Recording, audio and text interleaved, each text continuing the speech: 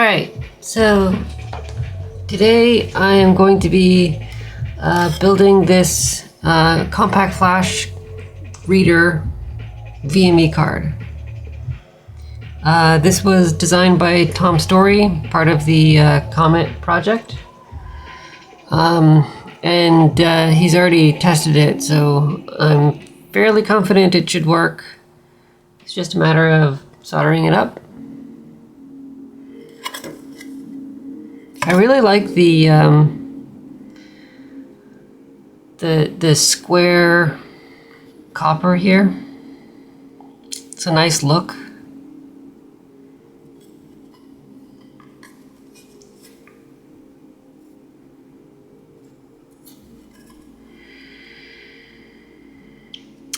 So this board does have a CPLD. It's a PLCC.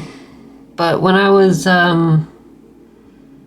trying out the spacing of things, I tried putting a socket on there, and it kind of interferes with some of the other parts around it. So I'll try just soldering it directly to the board. We'll see how it goes. I'm gonna hand solder today. I rather not have to dig out the hot air rework station, but we'll see how things go. But especially given the last issues that I had with unprogrammed CPLDs, I kind of would like to put that on first and program it before I get too far ahead of myself. But I will probably also put on a bunch of the capacitors and resistors.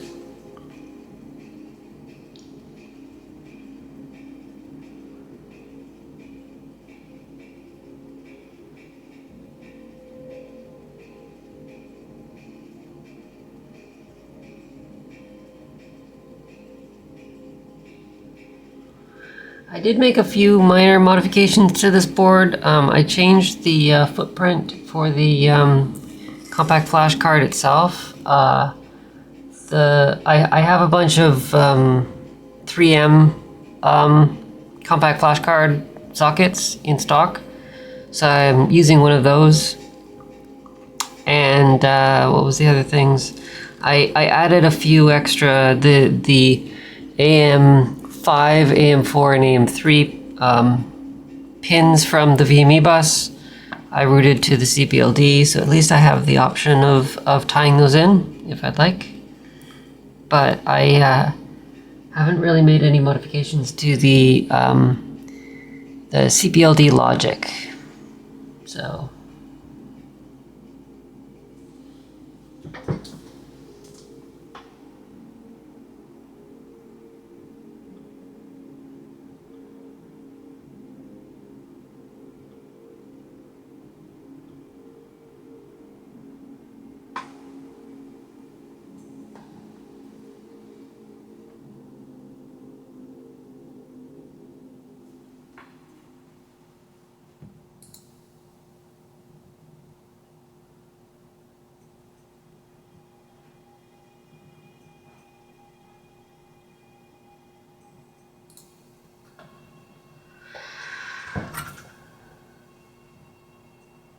I'm going to be using as well. I'll start with the flat tip end.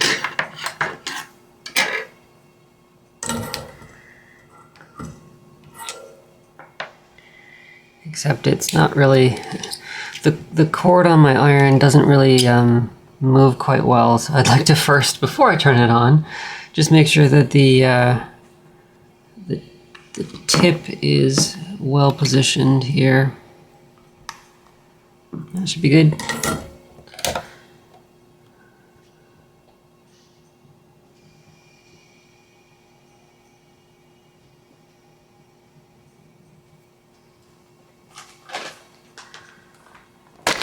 I also have a huge pack of parts that I've pre-selected.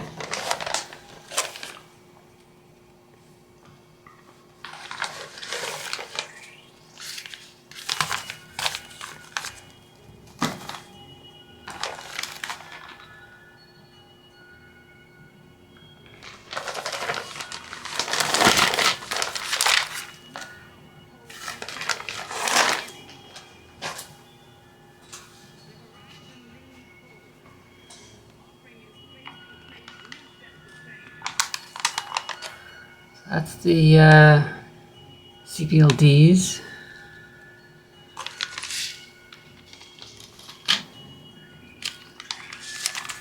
And then we have some LEDs for the in-use and disk activity LEDs up in the corner.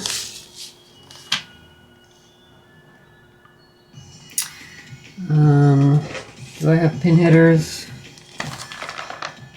I bet you anything that's the one thing I forgot.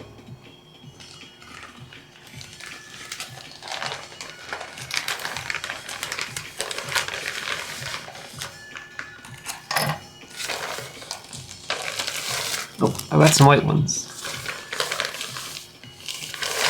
I do have some black ones, but I think I might do the white ones.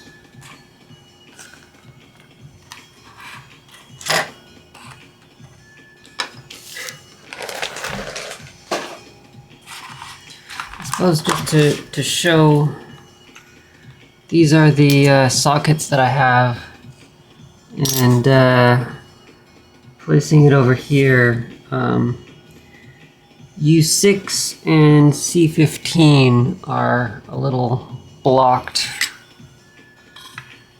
so I'm not planning on using the socket. That would be right. You can see it's kind of covering C15, so.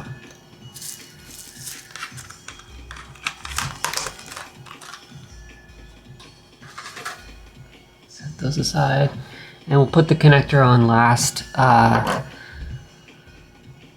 It's not really needed for now.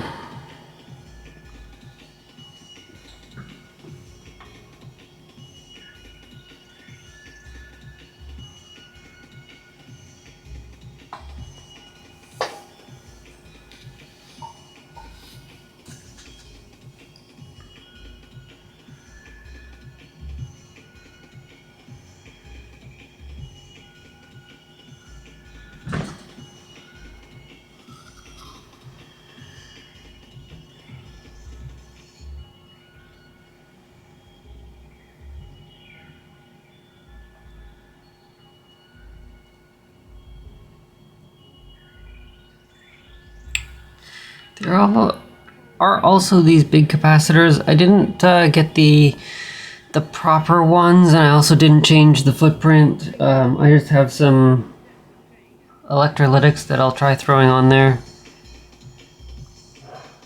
But I might leave that till later, because when I flip the board over, or when I'm like moving it around, I don't want it to be too high. So it will be high because of the JTAG headers. And I will put those in fairly soon, but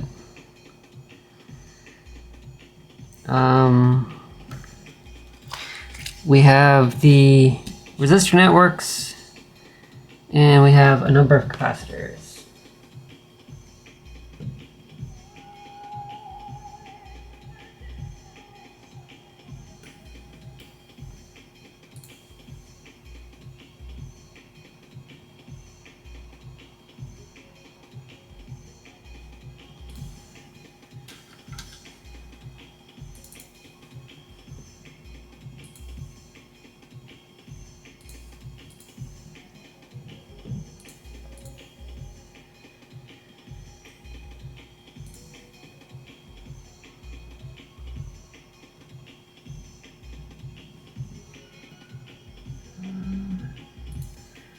I'm just checking out the footprint map for in KiCad for the board. It looks like all of the capacitors are 0.1 microfarad, except for those two big ones. So that's easy.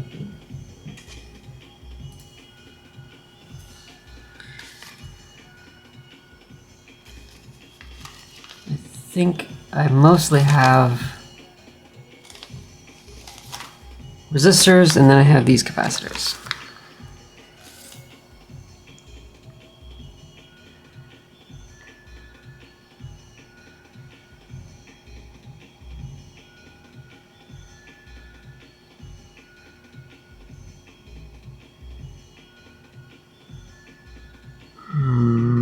As I think about this, I'll maybe put the chip on first and then the capacitors that are surrounding it so that I have easier access underneath the chip. But I kind of also want to like start with something easy, get a little warmed up. So I'll start with the resistor networks here.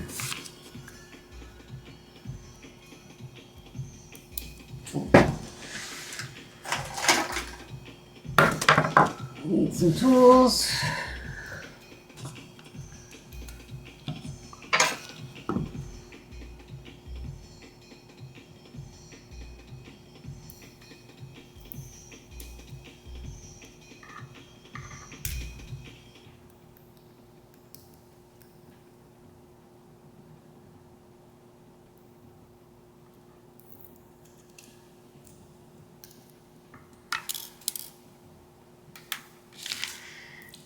Start with that.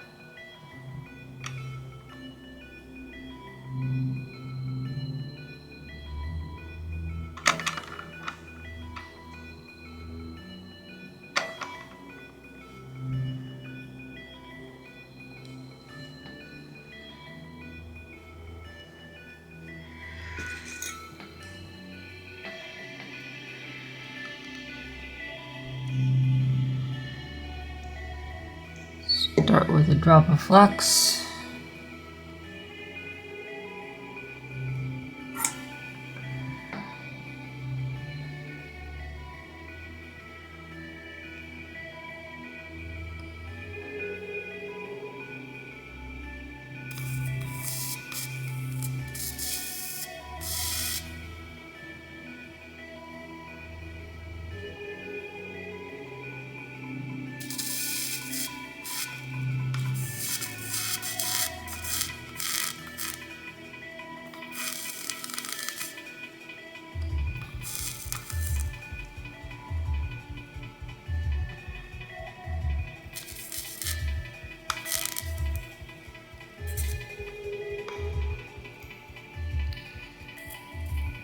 Or you could do that.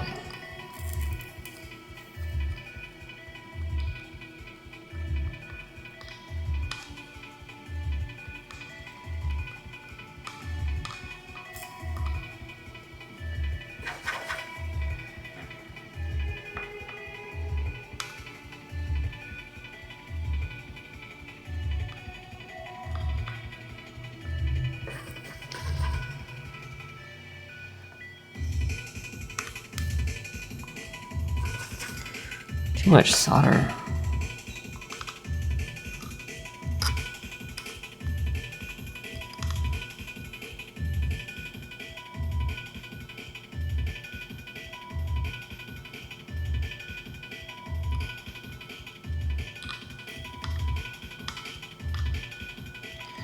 I don't do this for 2 weeks and then I forget how to do it.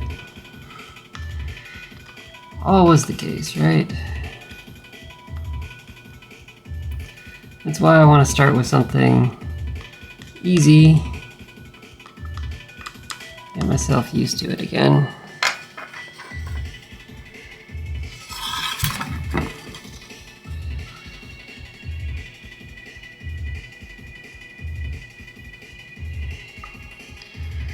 Looks like it's aligned.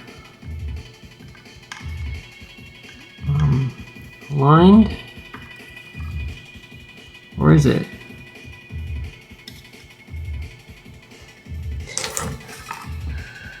Maybe I should check.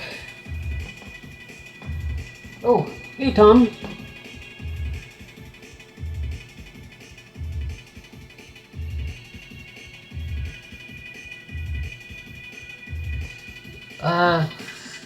When I did my design, I laid it out for soldering the CPLD directly to the board, so everything is kind of tightly packed, but for future designs, I do want to try and leave more space around certain chips to accommodate a socket.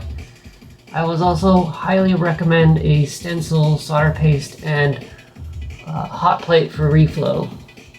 Yeah, I've never tried the hot plate method.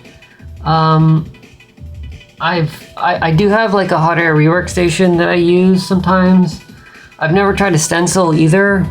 I always feel like if I it's less less forgiving in some senses.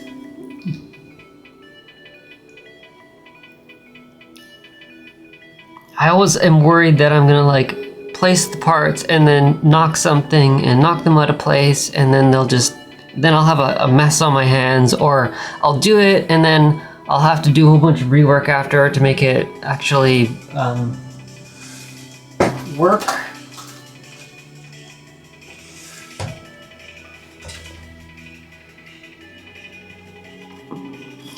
But honestly, it would be a lot faster than what I do. A hot plate is a revolution, yeah. Or revelation, sorry. I will have to try it at some point.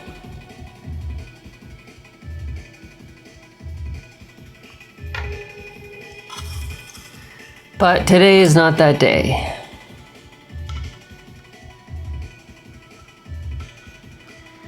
At some point I do plan on doing like another large board with an FPGA and some SD RAM. So maybe for that one I'll try. But knowing me, I might also just chicken out and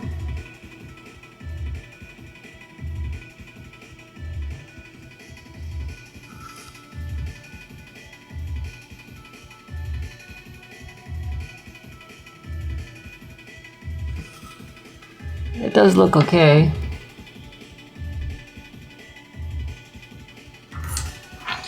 On to the next one. We'll do RN11 here.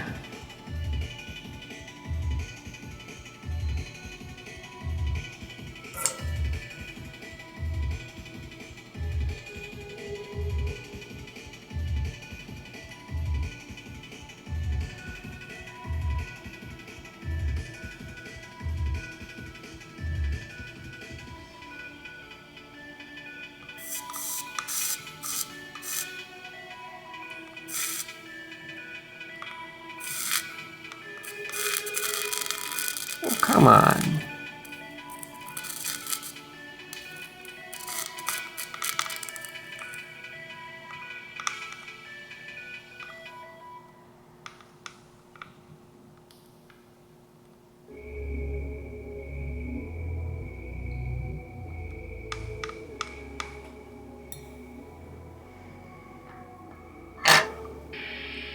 It's going to be way too much solder, but I can fix it afterwards.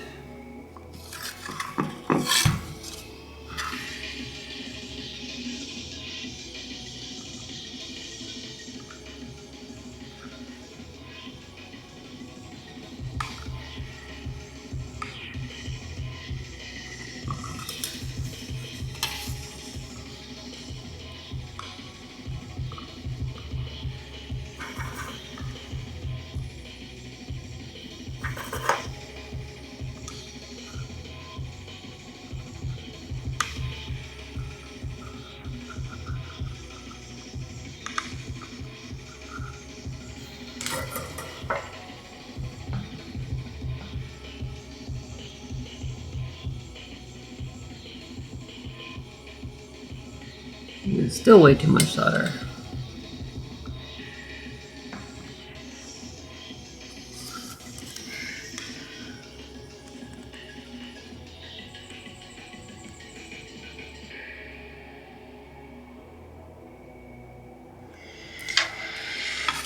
It's a little slid over, but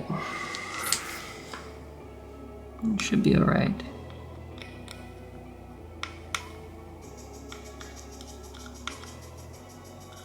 want to try and get this solder off though without using solder wick.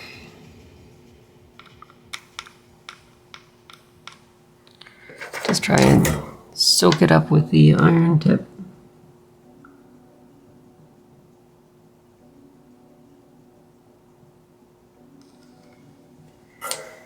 One of those pins is not all that great.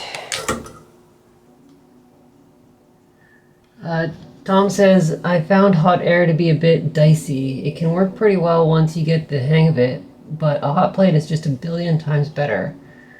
The results I get look like the board could have been assembled professionally. Yeah, I do find that with the hot air, it like sometimes can flick the chips up and stuff. The finest pitch I've done so far is 0.5 millimeters with stencil and paste. The solder tends to sort itself out mostly, and as long as you get things aligned pretty well, then they will reflow nicely. Biggest chip so far was PQFP 208. Yeah, I did a 208 just hand soldering it. It was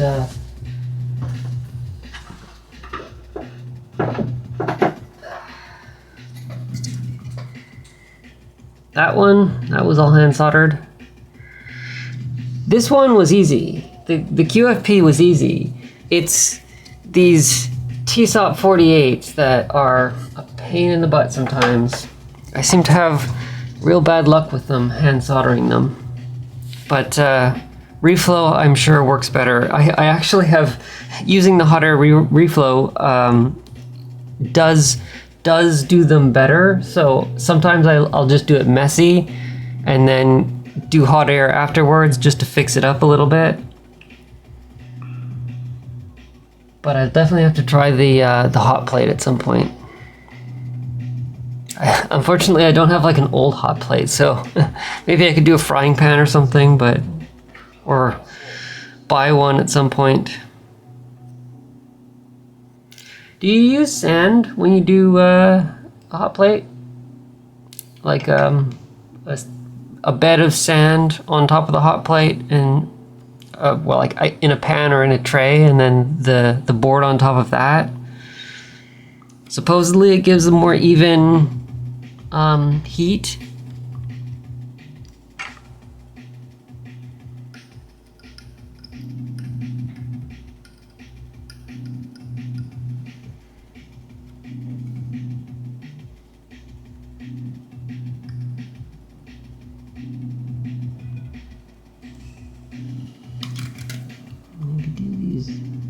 These little ones over here.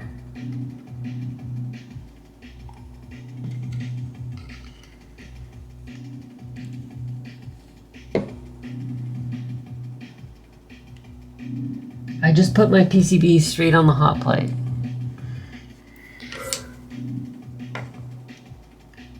I guess good enough results with that, so save yourself the hassle of having to do sand. I think sand is more for like the frying pan method, but yeah, I will definitely have to invest in a hot plate or find a used one or something, given it's not for food. Doesn't matter as much. Oh, come on, eh?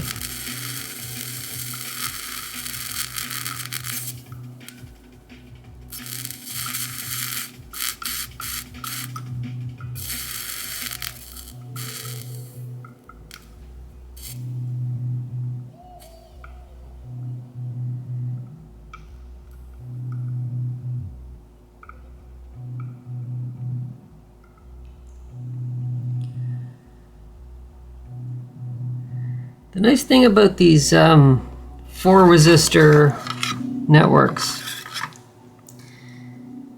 is that they it's easy enough with the flat side of the iron to completely get it off without having to like use hot air or something to rework it. So it's easier to line them up, but also easier to just take them right off the board.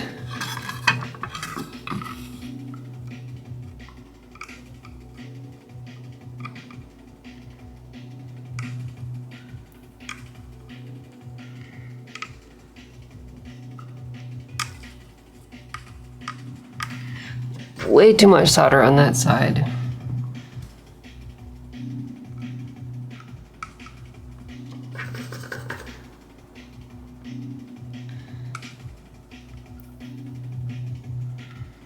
Doesn't look the most aligned.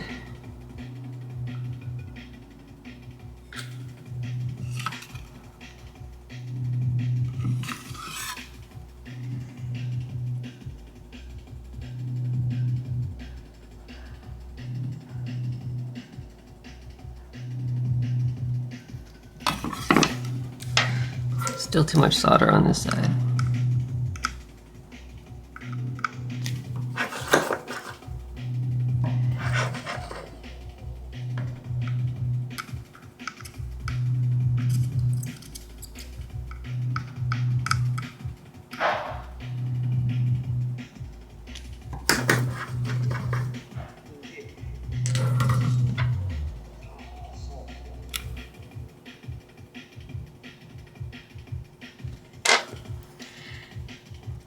It doesn't seem too right. I used these same ones on the other board that I did, and they went on easily enough. But maybe I'm just not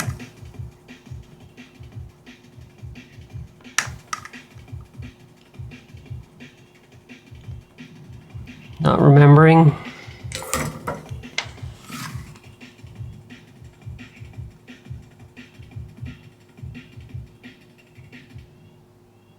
I mean, it looks fine.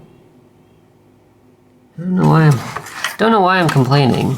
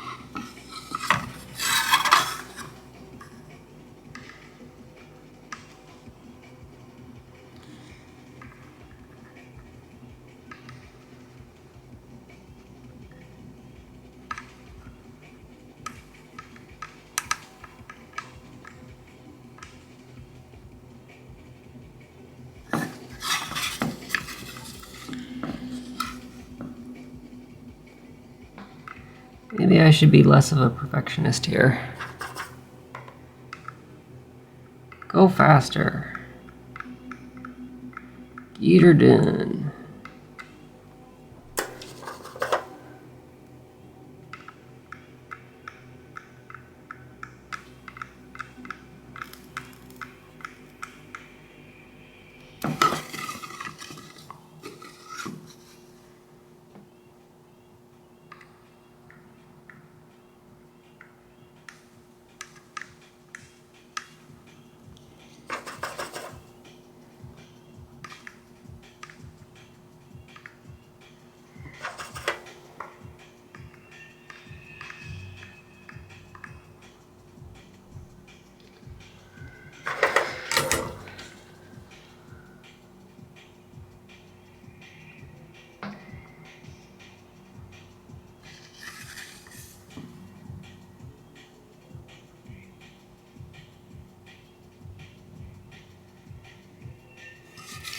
Honestly, that seems like it's a little,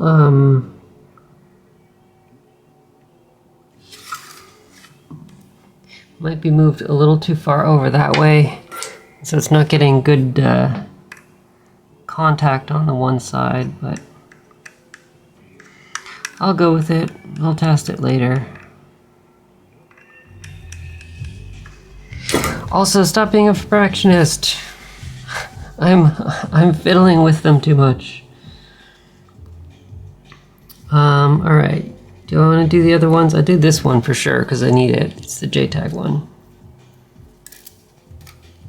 At least one more of these for now.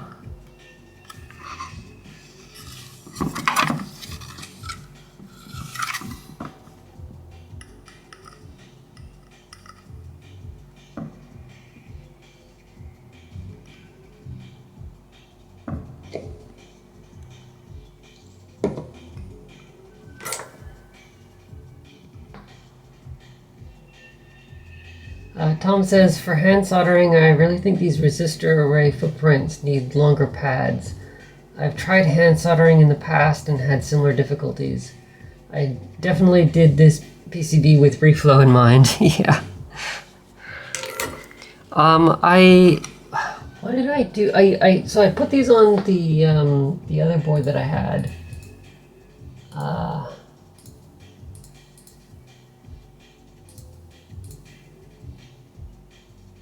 Just checking the PCB.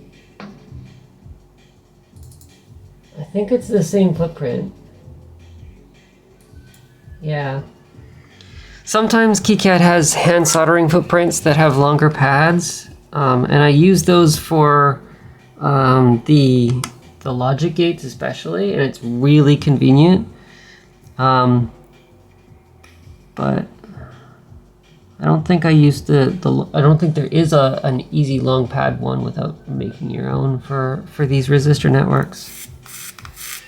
So I'm just using the standard one, or the other board used the standard one. This one's also, I think, using the standard one.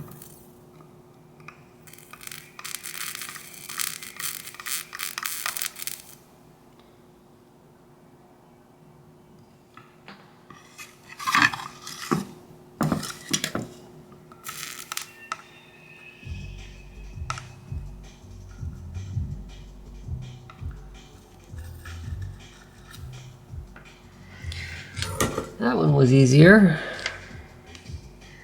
Now that I'm starting to get the hang of soldering again.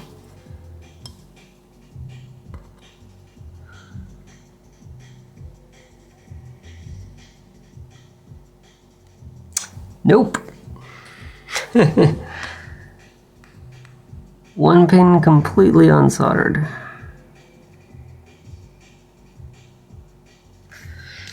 And it's a little crooked, but it's not too bad. I can see it's, I don't know that I'd be able to show it on the microscope, but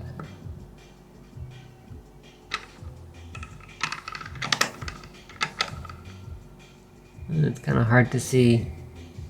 The solder is at a slight angle as it's joining from the pin to the pad. So it's slightly crooked, but not too bad.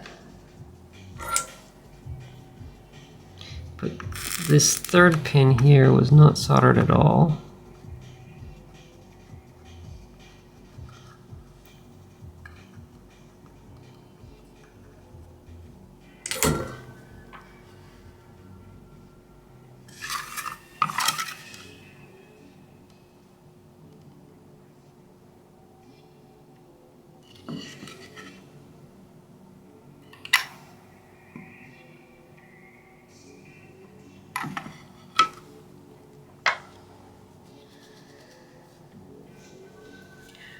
Good enough.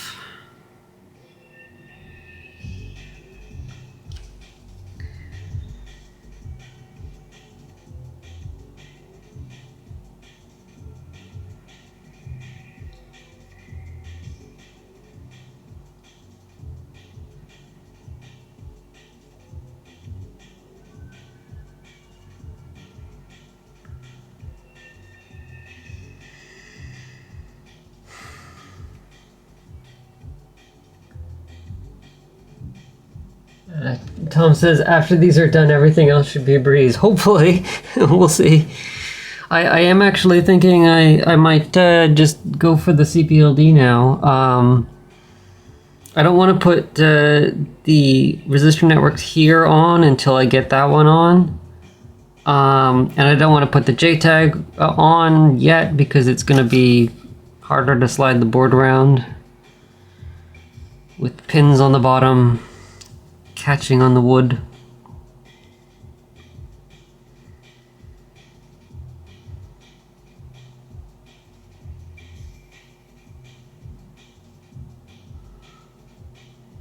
I mean, I suppose I could put the LEDs on, but yeah. I'll just give it a try. Go for the CPLD. Oh, this is unopened.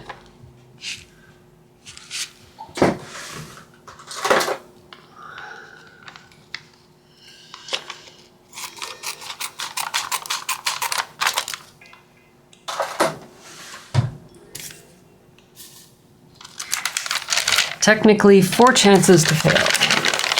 So I have 4 chips.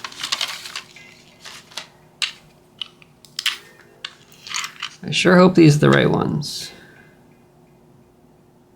ETF 1504 AS 7JX44. And it is upside down, I believe.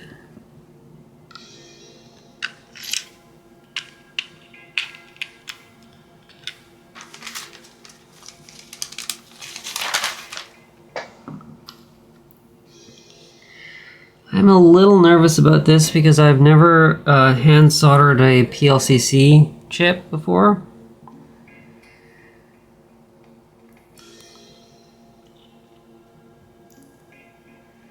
But I'm also really stubborn and don't want to have to bring out the hot air rework station.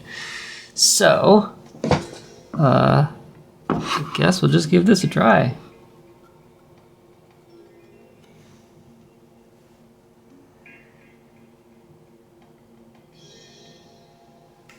Let me just confirm.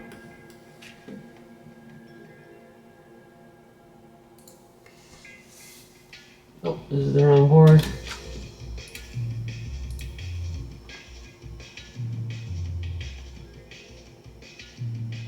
And one is there.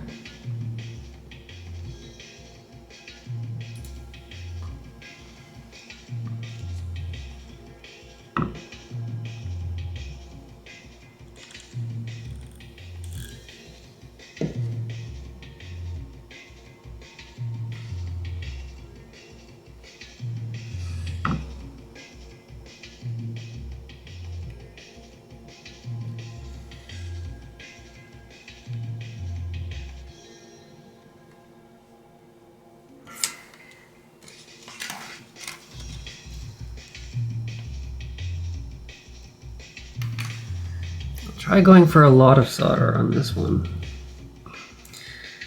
Hopefully that goes under the pad.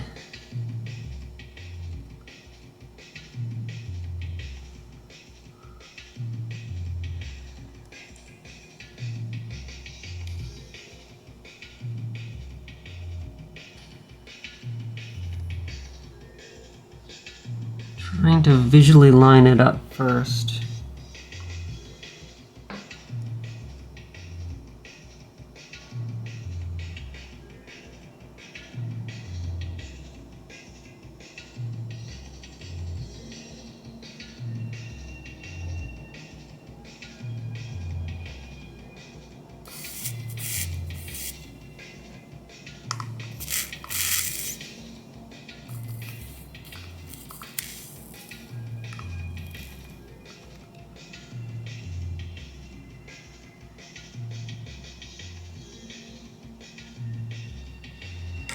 Oh, that worked. Got that one pin on. Looks all right.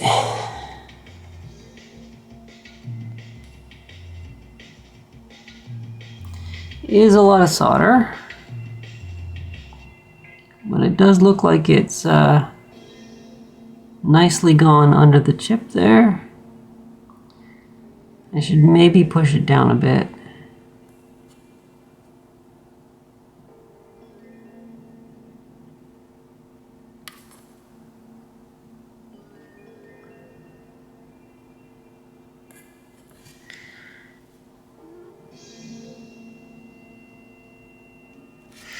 All the other pins look well aligned, so I'll go ahead and solder everything else. Just confirm that that's not going to push down anymore. Okay. Probably do this side here.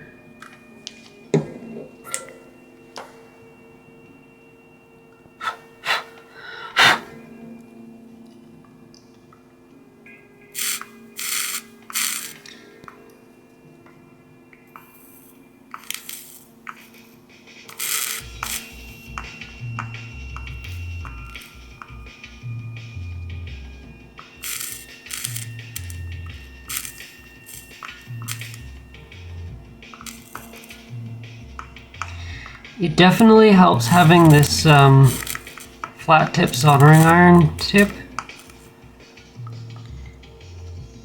but it's still a tight squeeze to get into the pad.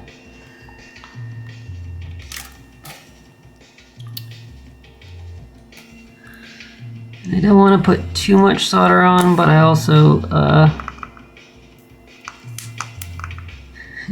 need to somehow get the pad to make neat.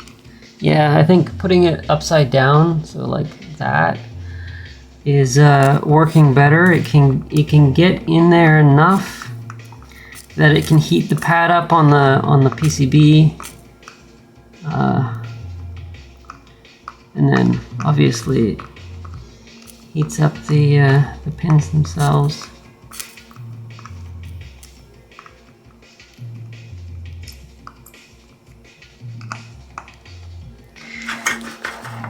Excess solder.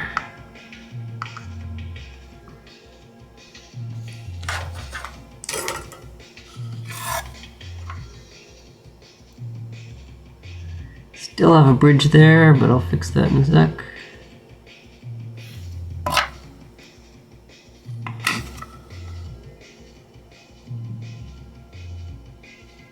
There's a bridge on these two pins. You can kind of see it, but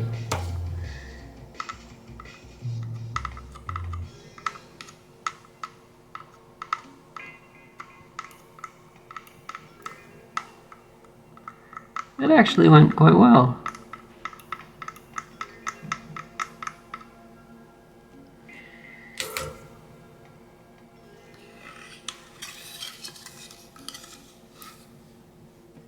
Right.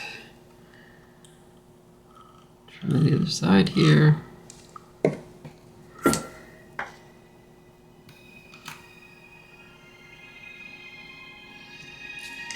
Oh.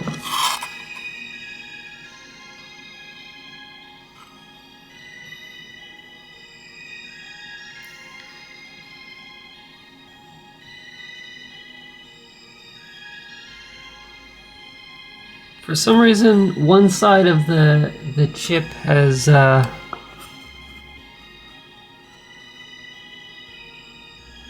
is more pressed down, and so the side that's not soldered is lifting up just a bit.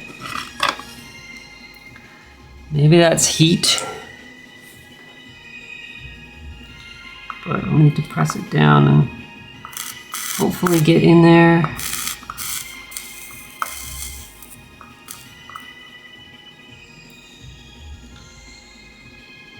Nope.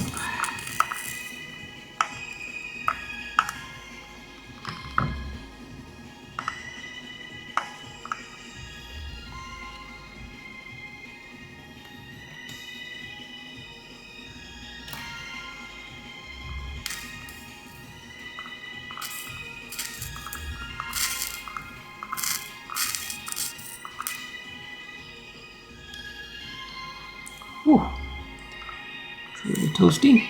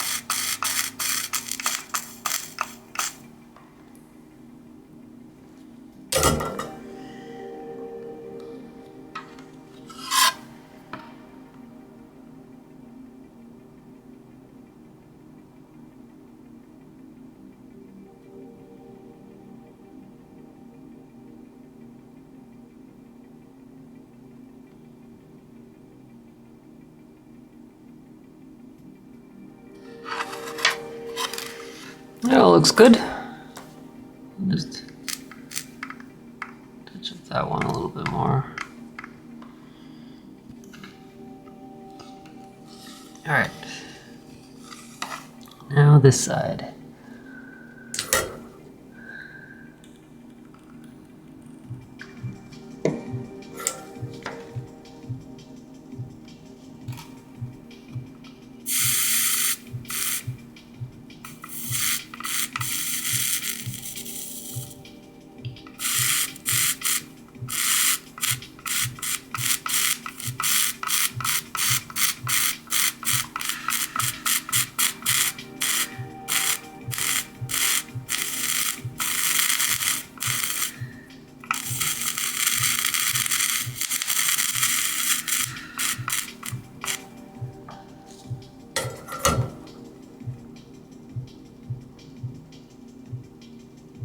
Bit of a bridge, but otherwise looks mostly good.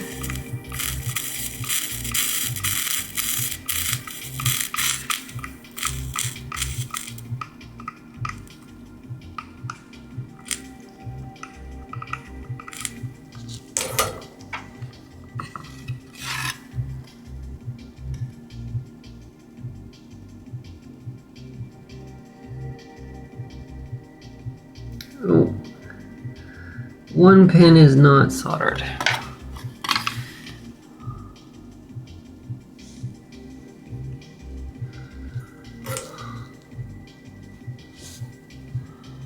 Which pin was that?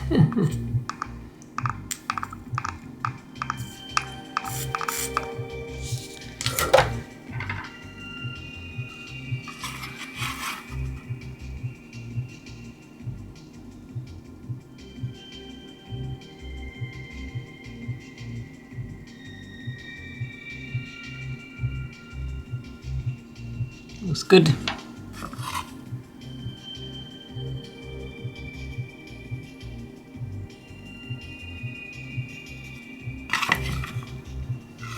Okay. Last side is the top side of the chip.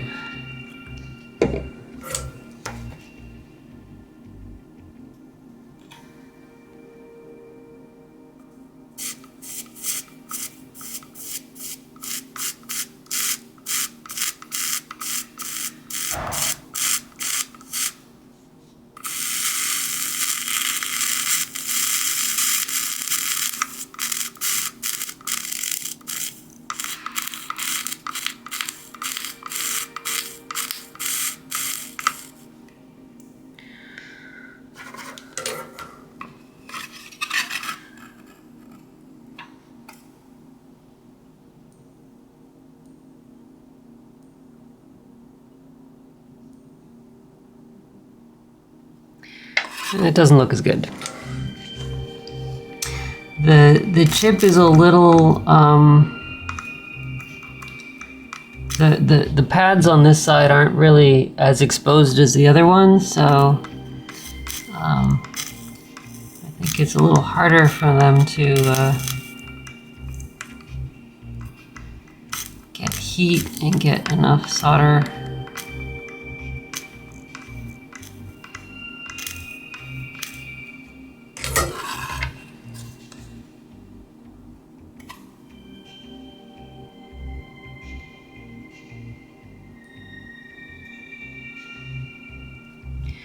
It looks good.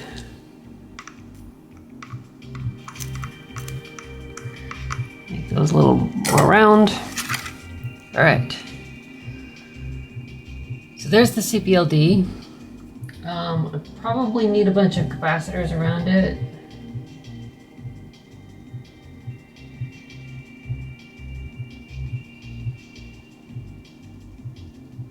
And the resistor networks.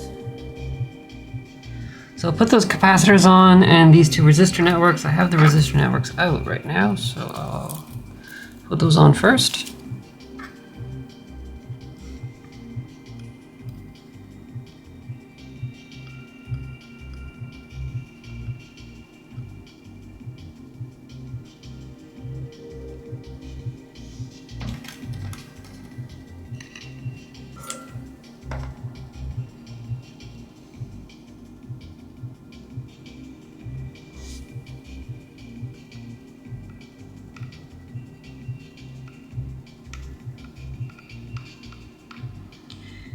It is way too much solder. Way too much solder.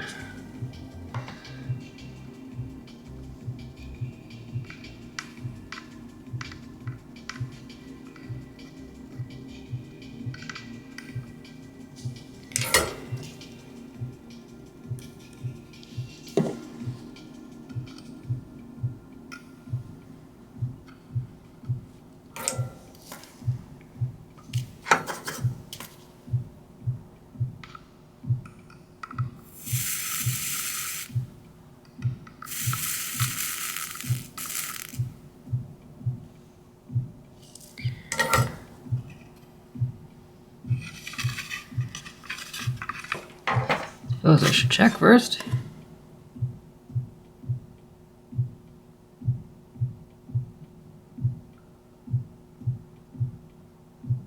This is actually pretty good. This one is a little slid upwards, so the solder is at a little bit of an angle, but all looks clean. Got enough space on either side.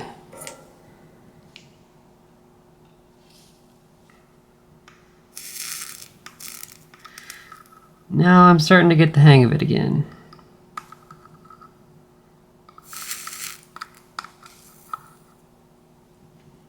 Oh, and the stream is ended, or the music mix.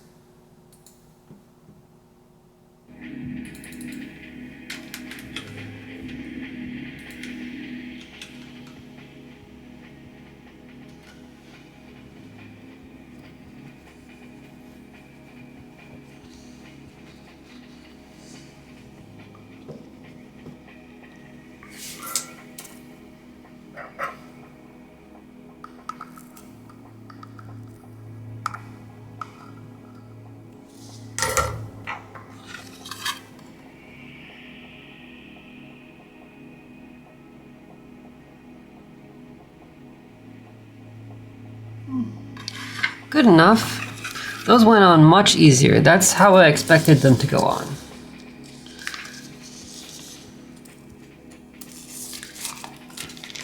Now that I'm a little more warmed up.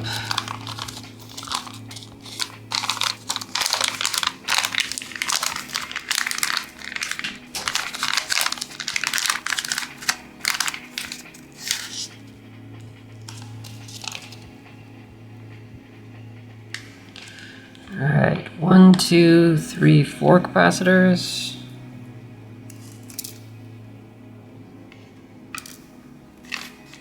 Go.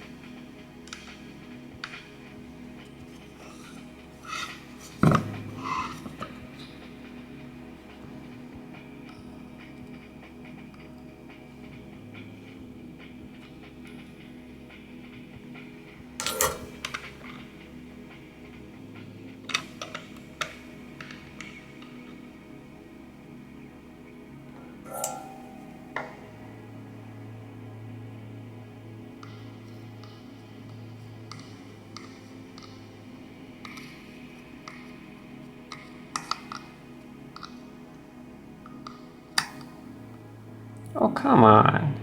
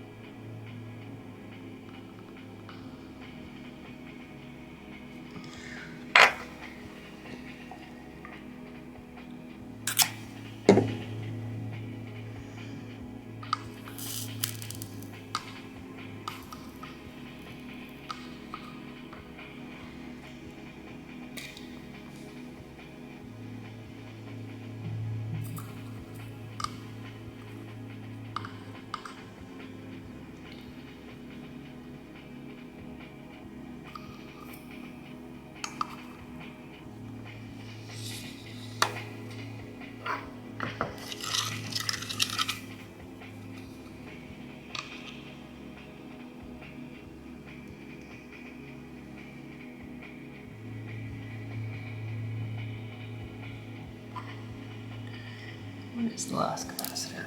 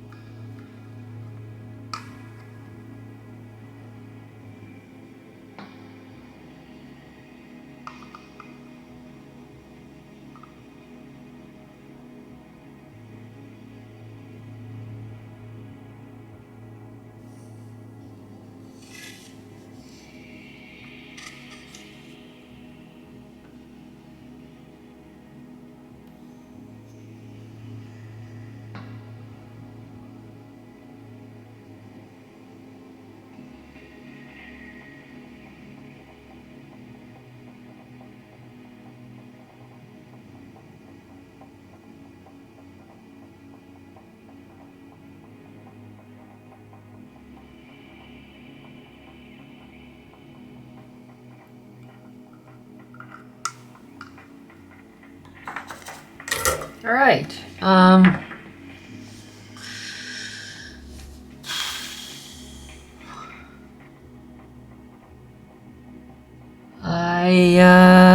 I think I will put the headers on.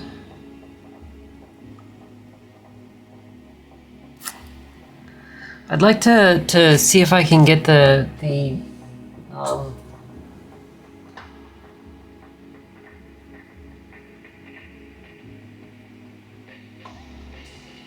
get the CPLD running, get it programmed, make sure that that's working. So I'll put some headers on.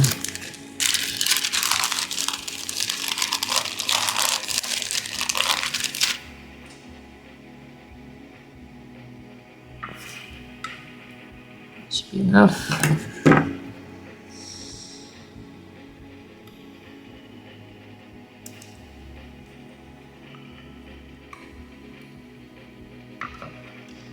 Make sure I got that right.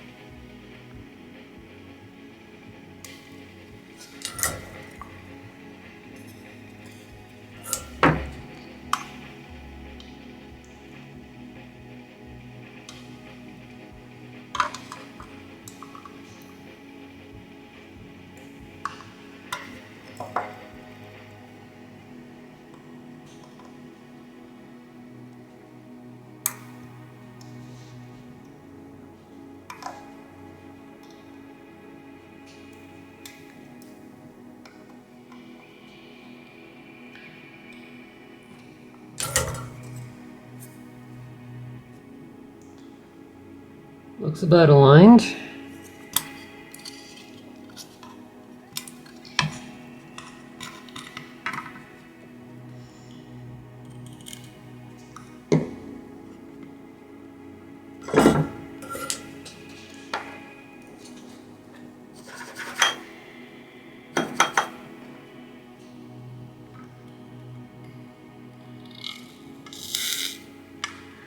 Oh, come on. I just want to... I don't want to have to change my iron tip. There we go.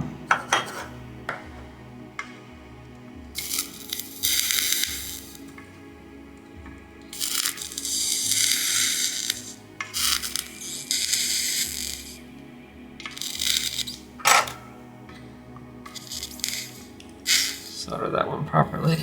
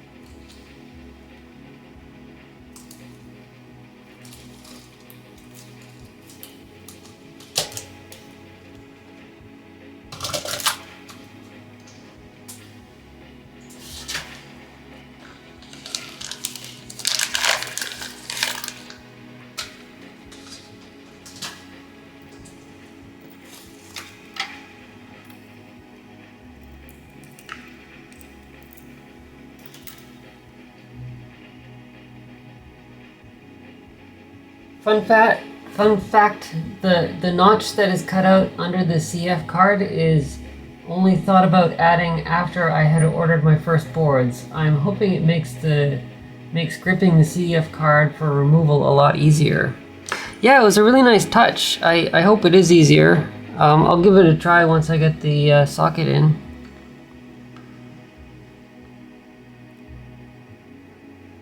Kind of gives the board a nice look as well. Just not being straight square, but having a little flair. All right, I am going to see about powering this up. I'll set my current limit lower. We'll put it at 300 milliamps. That should be enough. I know that these are going to be 5 volts.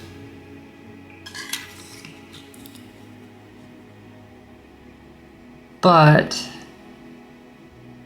there's not as easy a ground pin, I don't think.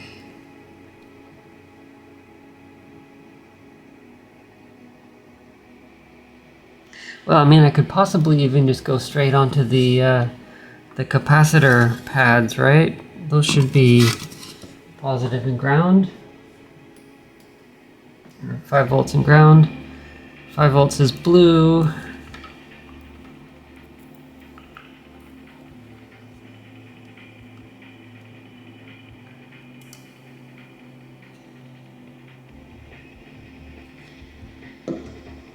And I don't have any means of actually seeing if things are working.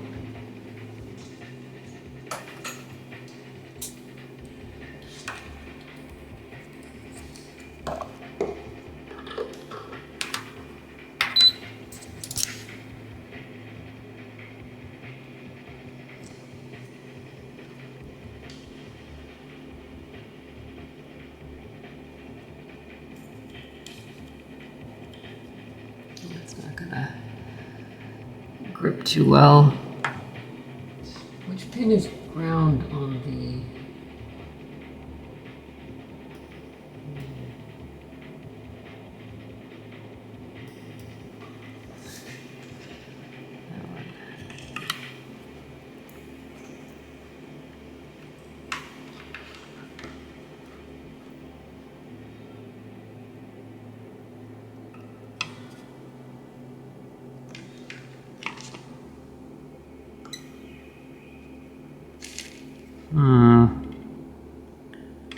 No current draw.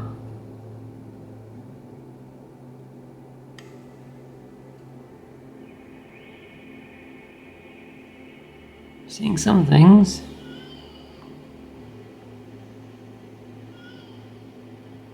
I almost should put the oscillator on.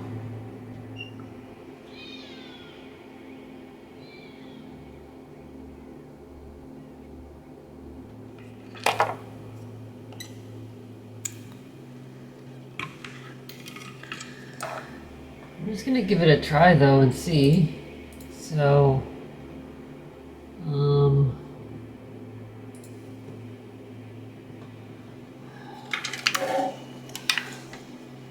going over to my programmer. What are the pins? What are the pins? Pin 1 is the top one. Like that.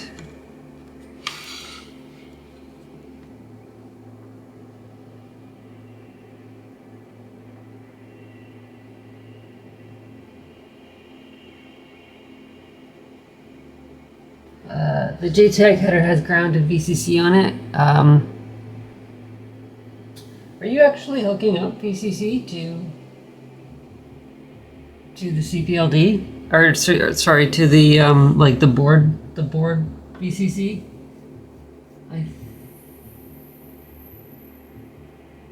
Or is it just on the header itself?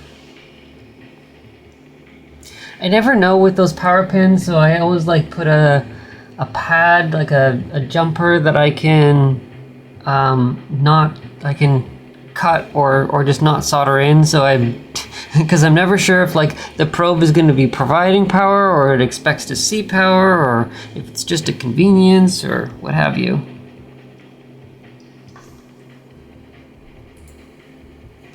The oscillator isn't strictly necessary. The CPLD can run fully statically. Yeah, it would just be nice to see if the oscillator is working, and that's just an extra thing that I can check to see that the board is working as expected. But I am going to try writing a program to the CPLD, so we'll see how it goes. Got that right. And I'm just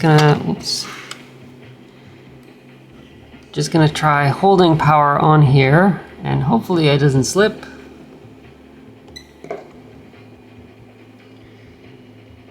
And moment of truth. Oh, it's programming it.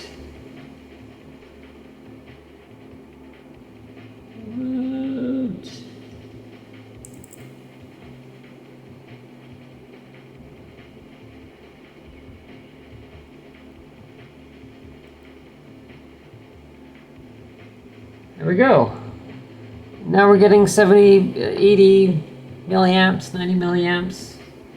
That seems right. So I think it is doing things. Well, that was the main thing I was worried about. Ugh, power off here.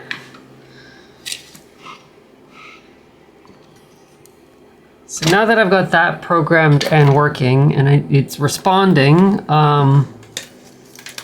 even if the pins aren't like fully seated, if not everything is fully soldered, I can go through that later. I just wanted to get the basics. Make sure something is working. It's working enough that those pins are correct. The JTAG pins. VCC from the board is supplied to the JTAG programmer. I believe it needs it for powering some buffers inside of the programmer. Possibly a lot of floating inputs.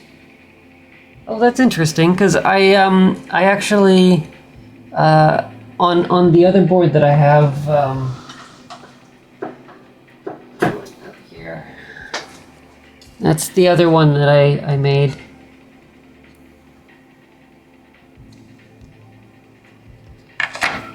Now it doesn't really want to focus. There we go.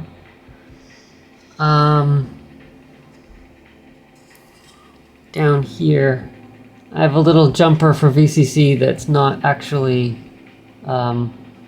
jumped, and that one I'm able to program it without an issue. So I don't know. Maybe it's just not. Maybe it's just a convenience thing. If you want it, you can have it. But or maybe I'm doing damage, and who knows. But it did program it. So on both boards. All right. So that's that. I'll leave the rest of the capacitors and the resistor networks until I get the other chips on. So let's start in on other chips.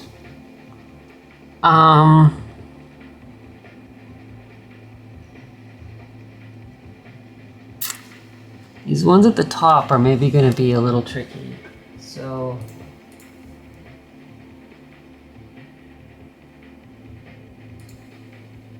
I'll start with those ones.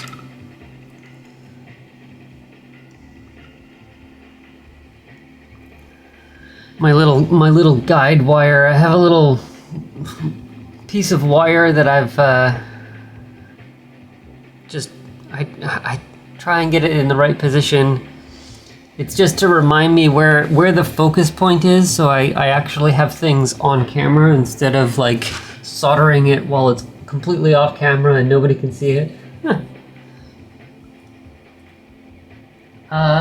Maybe that's just my Jurassic USB blaster that works that way then. I know it isn't happy unless it sees VCC supplied to it.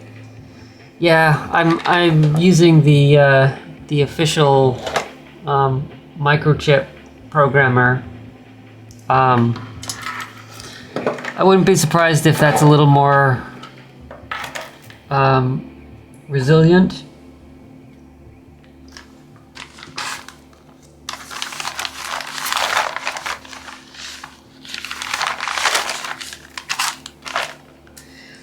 All right, big pack of parts.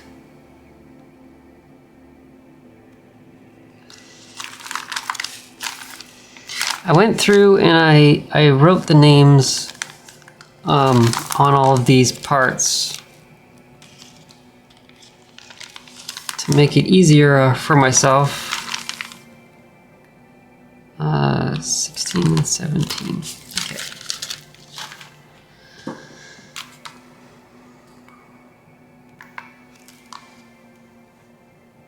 We'll just double check though.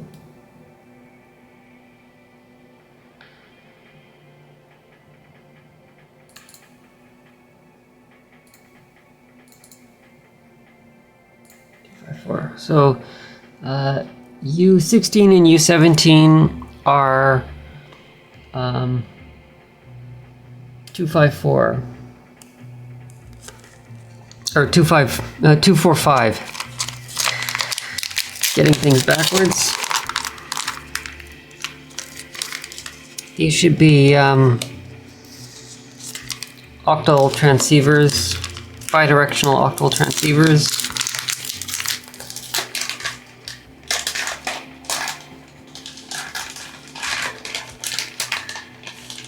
Oh, Tom says I have one of the Atmel ATDH 1150. Because that's a really convenient, that's a really easy way to say it. I'll have to take a look at it and see what the deal is with VCC. Yeah, I don't know. I mean, I'm using the JTAG A connector. Don't know why it works. I'm certainly glad though that despite the fact that I have to use Windows in order to program the chips, at least I don't have to use WinCouple. I'm so glad that that Yosys can do Verilog for the CPLD logic, because WinCouple is horrific, to say the least.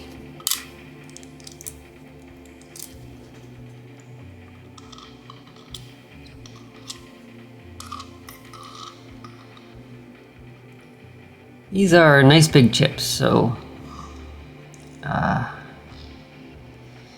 used to doing everything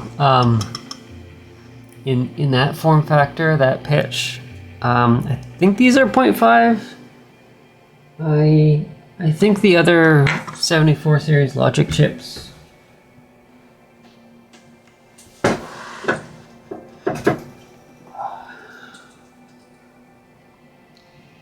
I think these ones are 0.5 or maybe they're 0.8, but they're surprisingly easy to bang out, but you still do need to like have the right technique to get it soldered.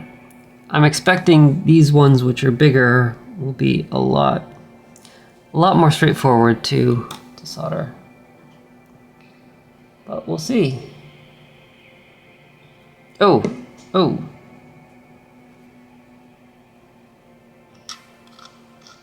These are all upside down, aren't they?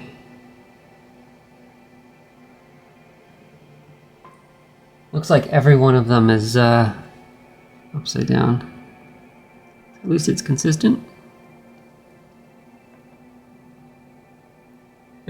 Tom says, I kind of enjoy using Win Couple. Really? I'm surprised that somebody actually likes it. I find it that every time I try and use it and try and compile something, it doesn't work, and then it doesn't give you an error. It just says it didn't compile, and then I have no idea what went wrong. So I'm glad you like it though. And yes, all upside down. All the chips are upside down, so that's convenient. As long as I know though, I have installed chips the wrong way up.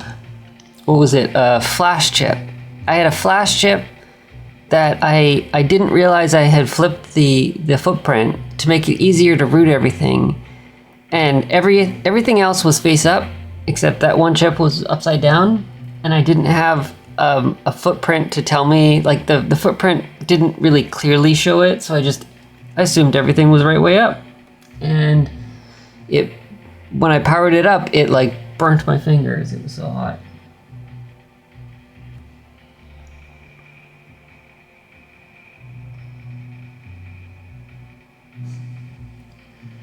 Tom says that's part of the challenge at Win Couple. I mean, if you want a challenge, sure, but I guess for me, it's like it's a hobby. I want it to be easy and fun, not like work.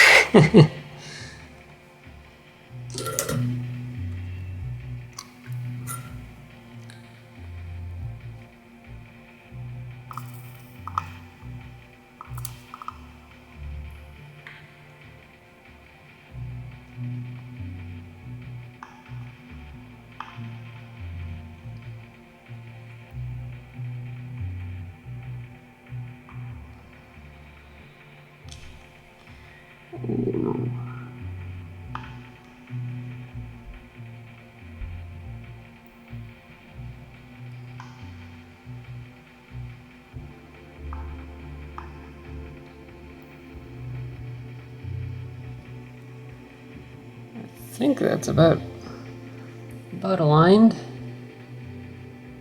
Maybe a little low.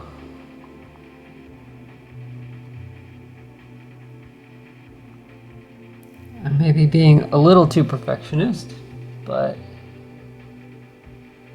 it should be good. That was really easy too. My God, this thing is so much easier than the.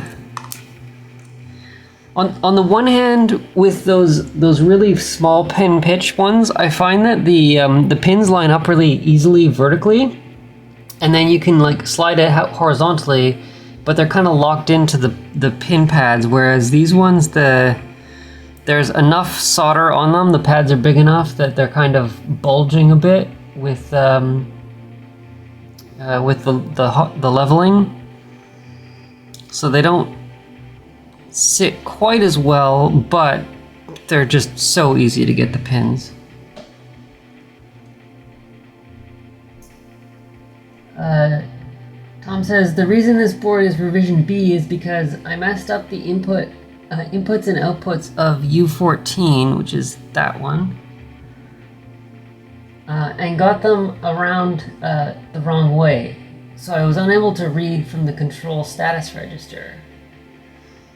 Yeah, that would be a problem. I'm glad you sorted out all these problems so that I don't have to deal with them. I can just build this board, and then I just have to write the drivers, and then I should be able to use the CompactFlash. 1.27 millimeter pitch. You could land a jumbo jet in between them. Yeah, seriously.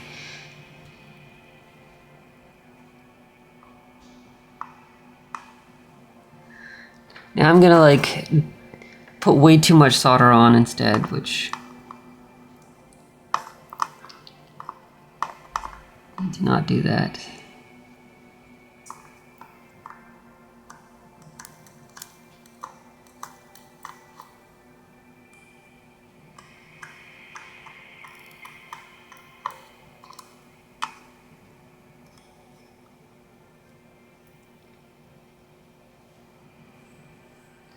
Just like that.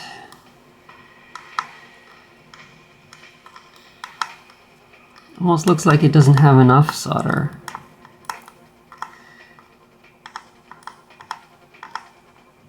With those TSOP packages, I'm always like, have to get just the tiniest little bit of solder. Not too much solder, or it'll just bridge all the pins. So I'm really, really stingy with the solder. And then this package is like, you need all the solder.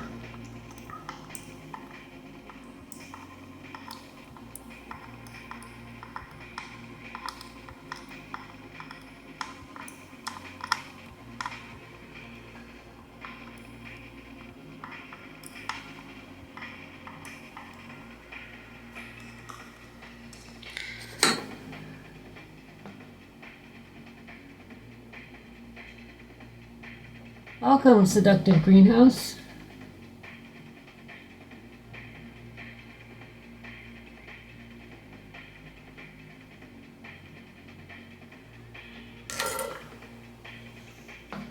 Wow.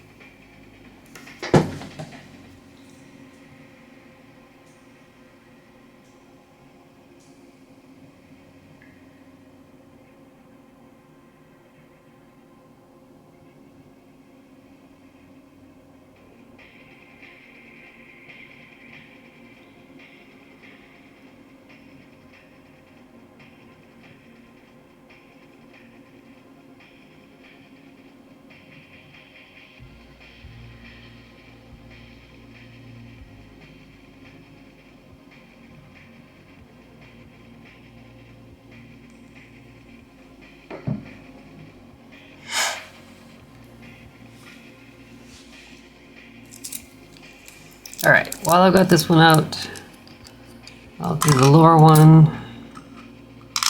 Oh, wait, I didn't do the other side. Still on the first one.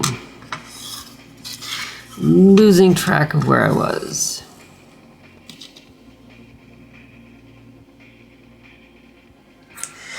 All right, let's put some flux on here first.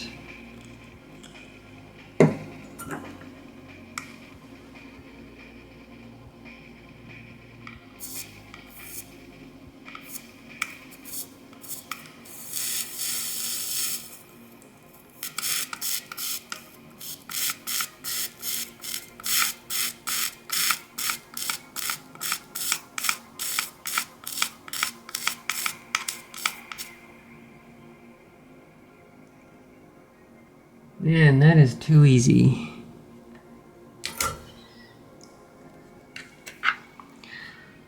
Hardly even need to inspect it.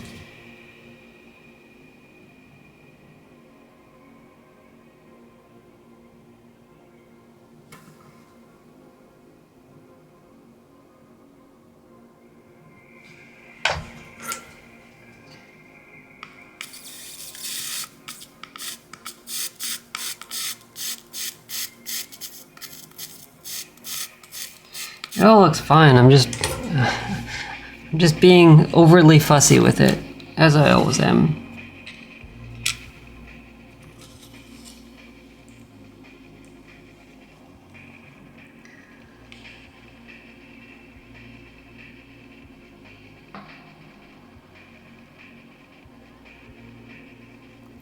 We'll just go straight into it.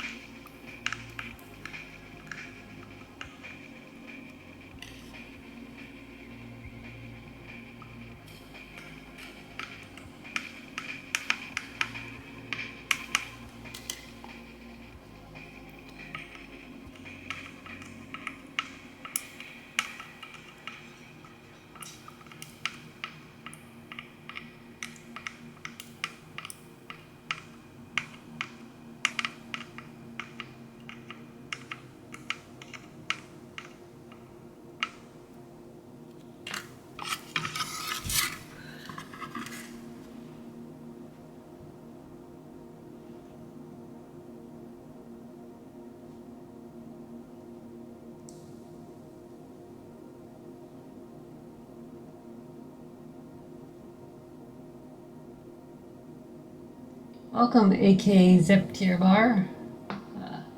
AK, why do you use liquid flux, especially for such components?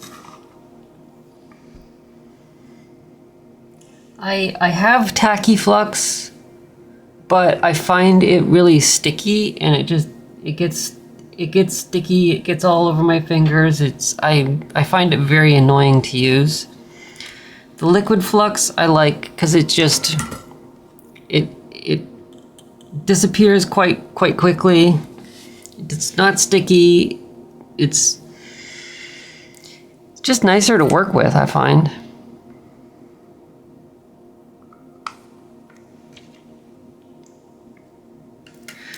I don't notice too much difference in terms of the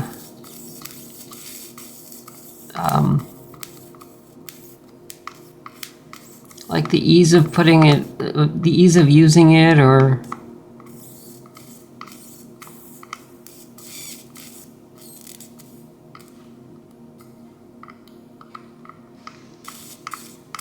I don't know, maybe there's like a non-tacky but thick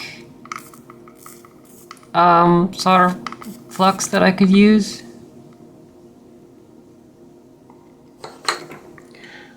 Haven't tried it. I've mostly done the liquid. This is no clean, so I just got some new no clean flux. I used to use water soluble liquid flux because it cleans really well. The tacky flux does not clean well, or at least the stuff that I have. The Chip Quick no clean tacky flux, it does not clean up well. This cleans up real convenient, real nice.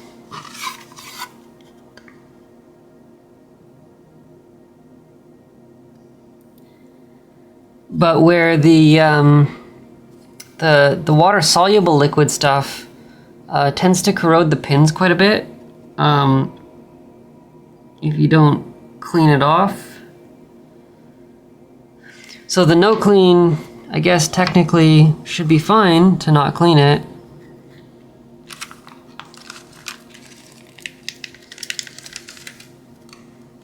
But I still did clean it with alcohol afterwards.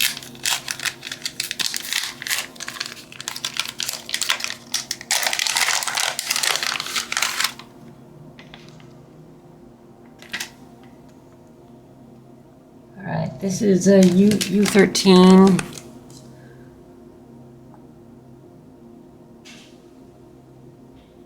273 D-type flip-flops.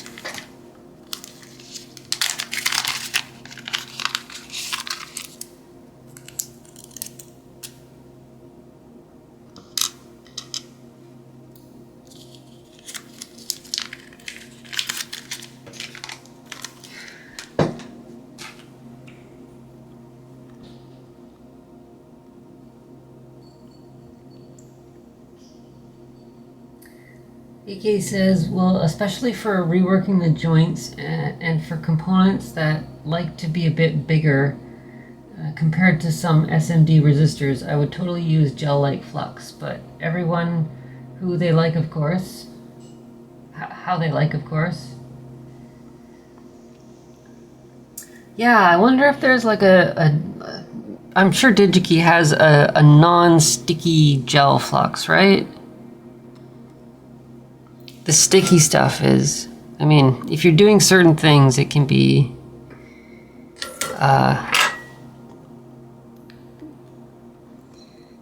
good because the part will stick well, but doing a big board, I just find is,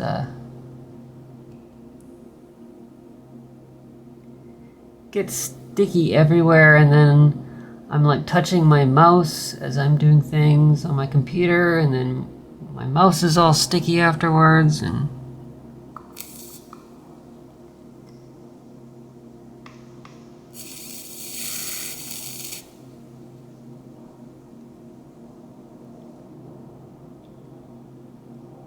that looks aligned, right? That's good enough.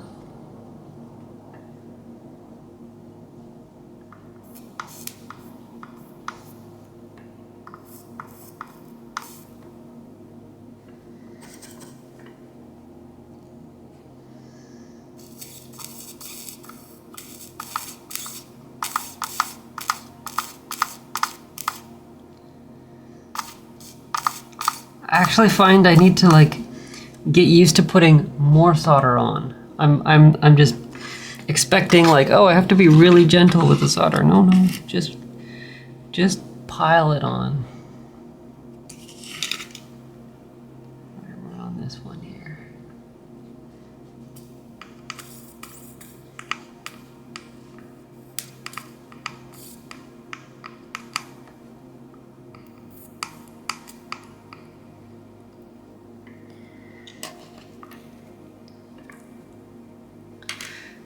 More.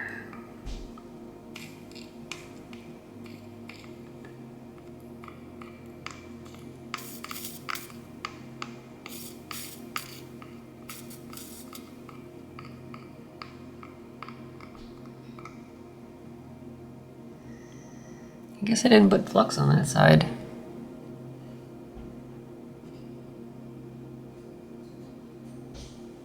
Went together quite well though.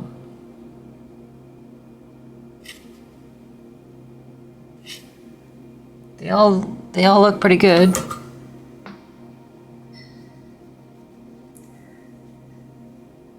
Tom says I use MG Chemicals 8341. It is also sticky, but I do prefer it over liquid fluxes. Supposedly no clean, but I don't know what planet that is on. Yeah.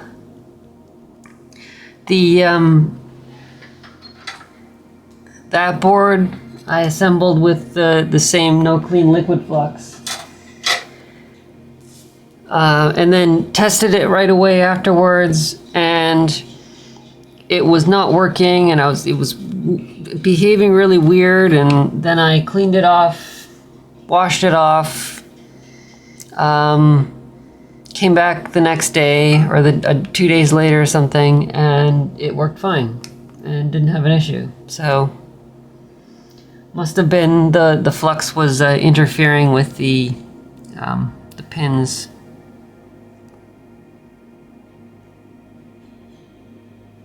AK says, if you have good proper flux, you can have a literal blob of solder on your tip and drag across all pins. You might bridge pins with this, depending how much solder is on the tip. You'll get used to it. Not sure how much soldering practice you got. Yeah, I did. So with that board, it's got really fine pitch pins, and just the tiniest bit of solder. I'm quite adept at it now. Just the tiniest bit of solder and run along the pins, and it was a cinch. I think I did that board in like 2 hours or less. It was really quick hand soldering it.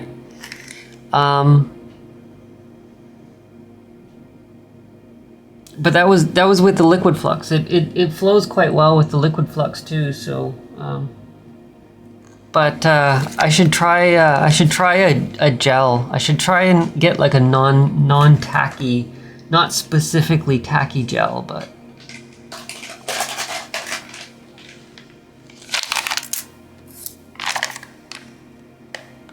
All right, this is 373.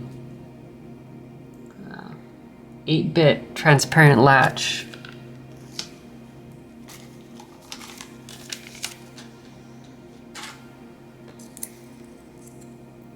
And this was U14, right?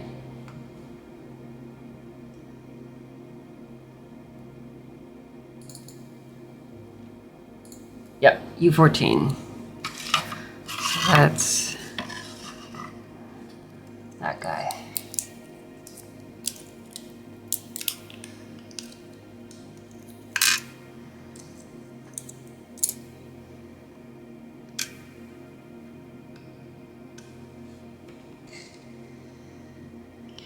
It's kind of convenient only having like one chip of each. So I might run into problems with that if I mess one up, but I can just throw the bags away and not have to fiddle with making sure the rest of the parts get back into the bag.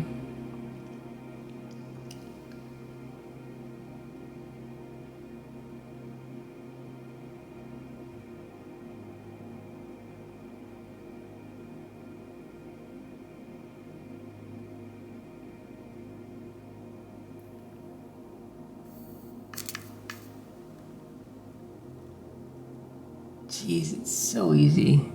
I just have like a huge, I don't know if you can see that. I have a huge gob of solder on the end. It just, no problems.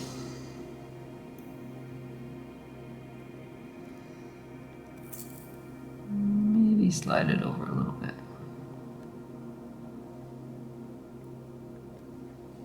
There we go.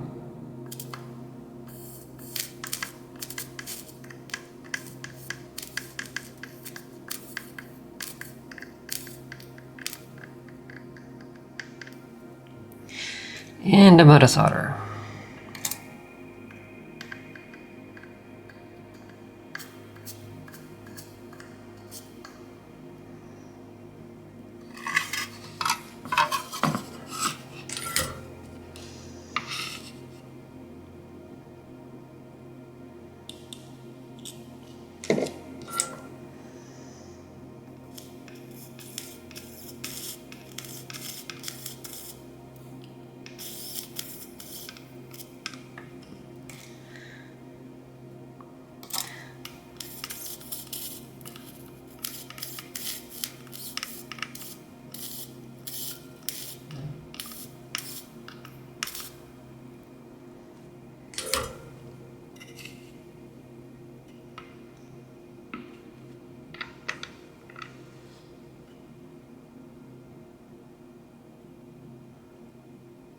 Man, I'm not even like inspecting the joints or anything because it's so easy. I'm expecting it to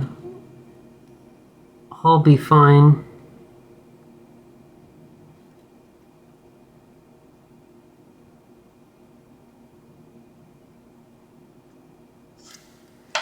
Yeah.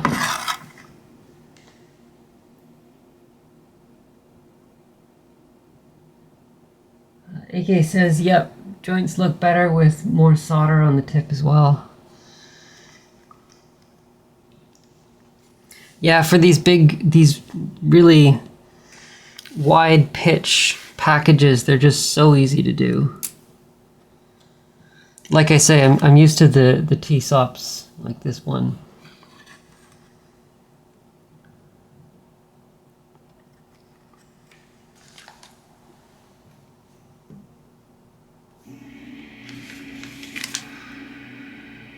I'll switch back to some capacitors just to get those done.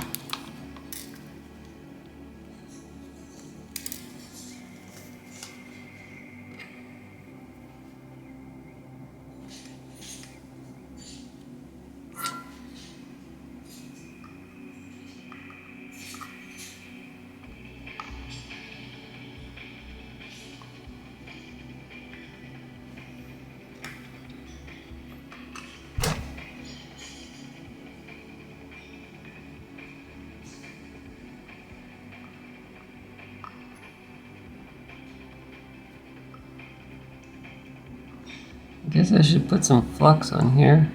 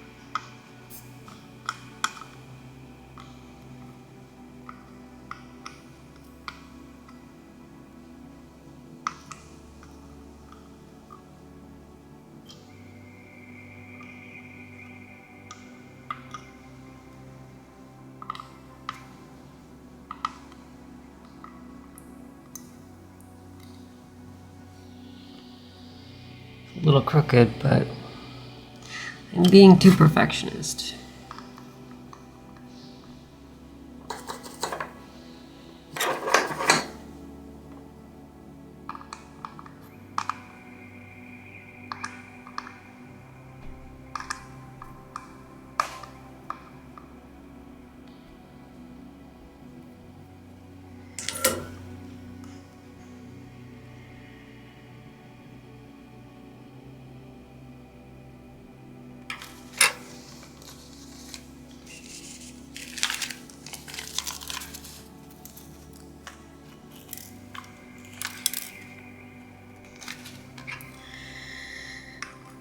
Get these resistor networks in here as well.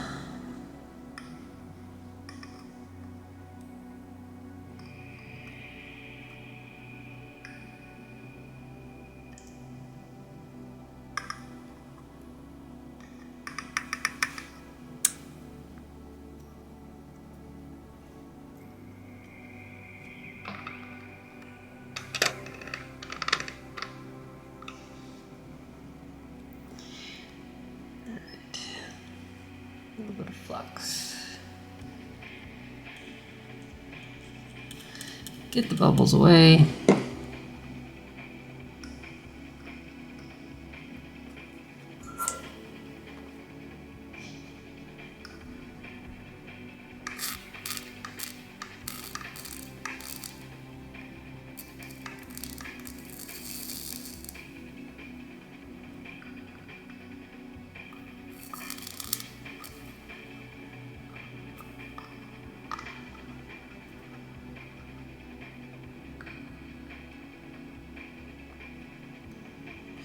I knew I was going to do that.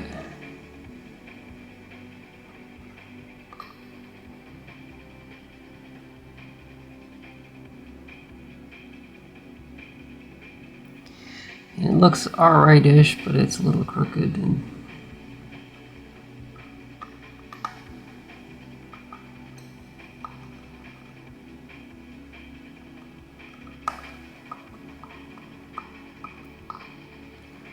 there's the bridging.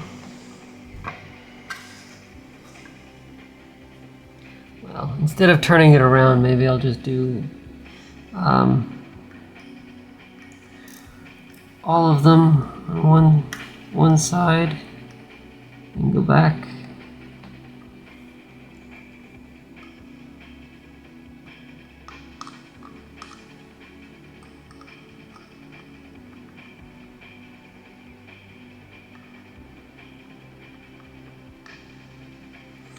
I know it's got way too much solder on there, but I will fix it later.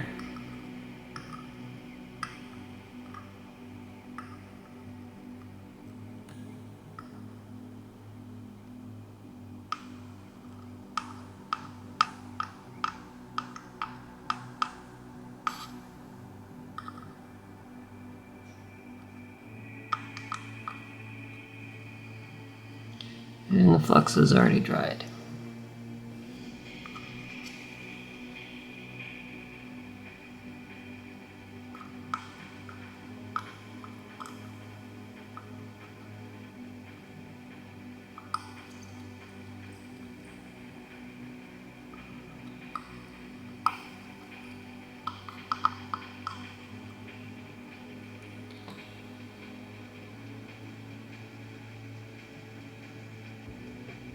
I mean, they do look a little crooked, but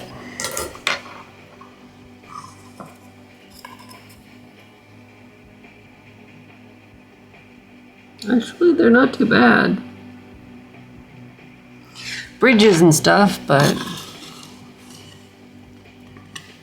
that's normal.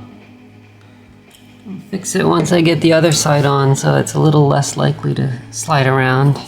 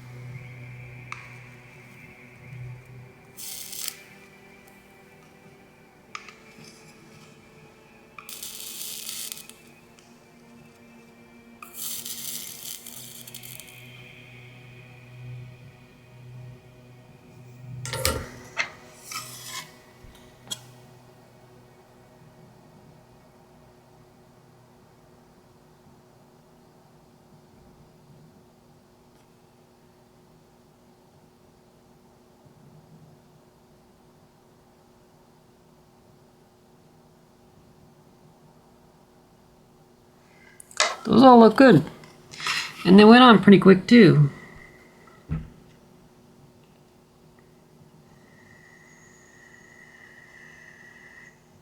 All right, we've got a resistor here. Might as well throw that on.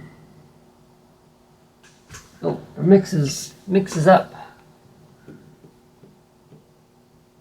On to the next thing.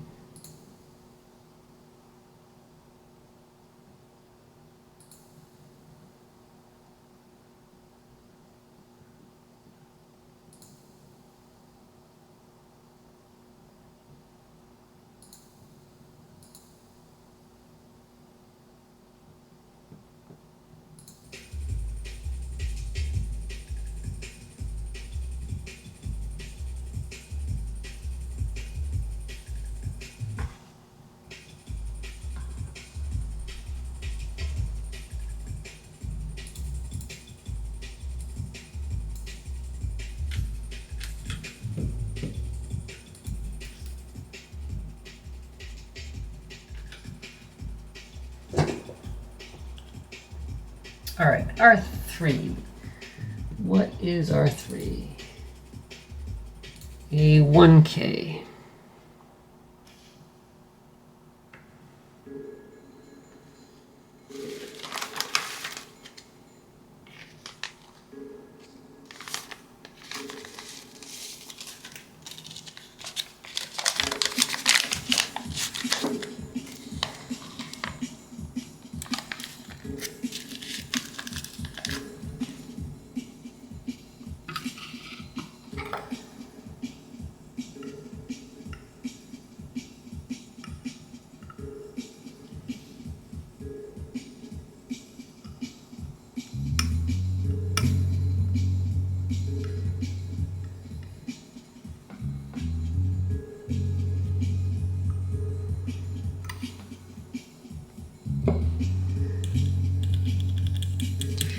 I know it doesn't matter, but I also like to get the text lined up so that it's the same as the silk screen. Makes it easier if you're trying to read the board afterwards.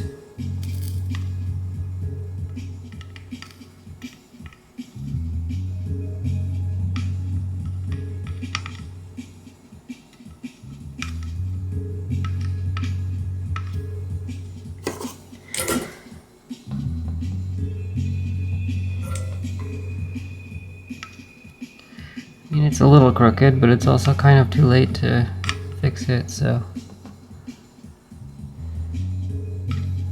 At least that's what I'm telling myself, so I don't fiddle with it and spend 5 hours just soldering a bunch of resistors on.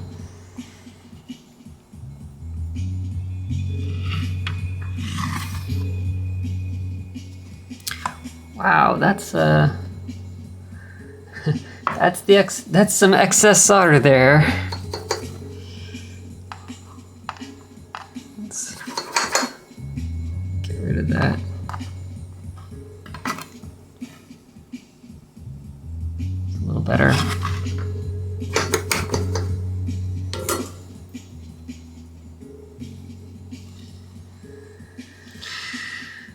All right, what do you think?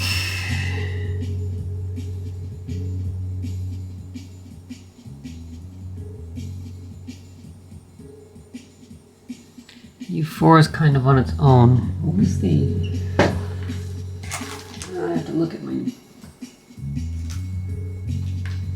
U2 was the other, which is this one in the corner. That's the last 245.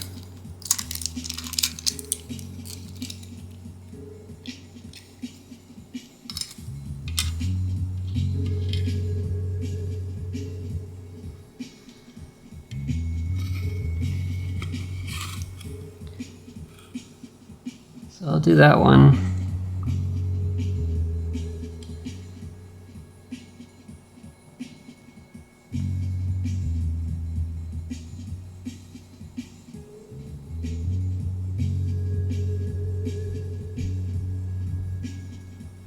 little harder to see with the angle that I'm at right here, but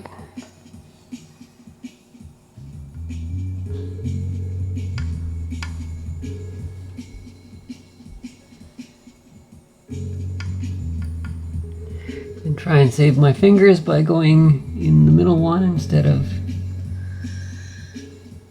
the corner ones. Just make sure that I've got the chip aligned before I do the rest of it. That looks good enough.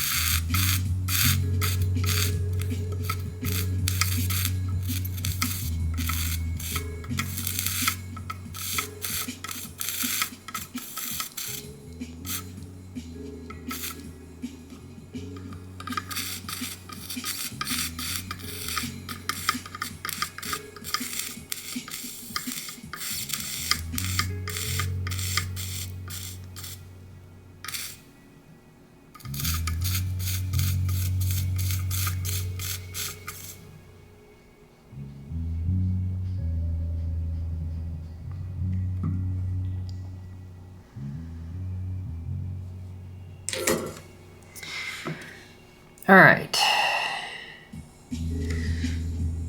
doing these ones here.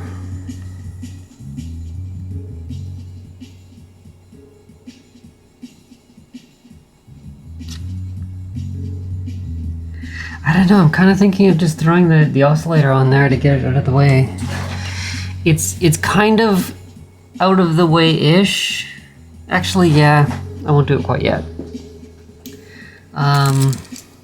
Let's see here.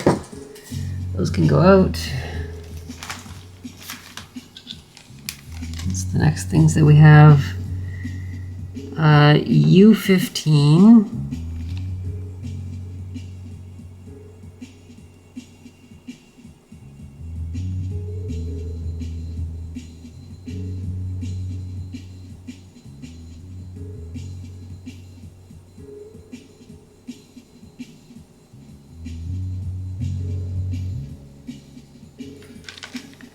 U15.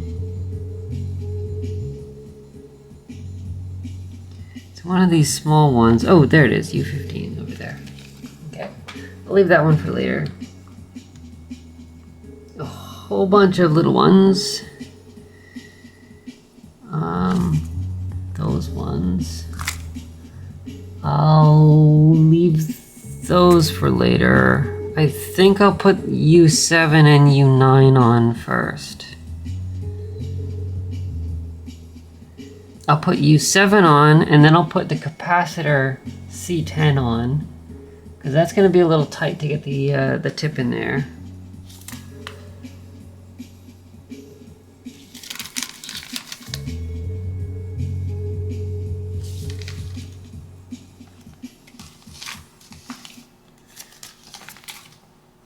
All right, U7, 138,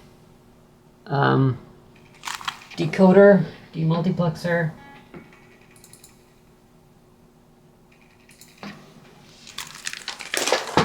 All right.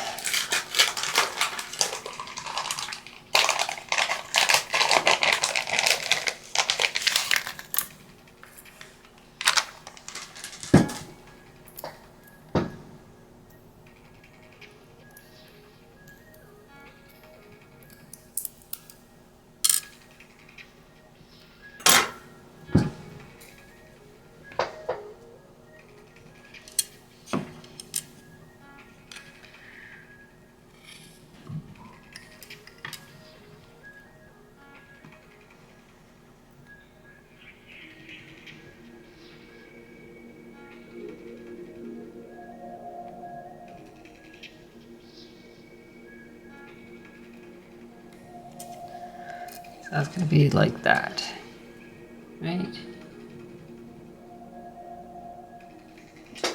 Yeah.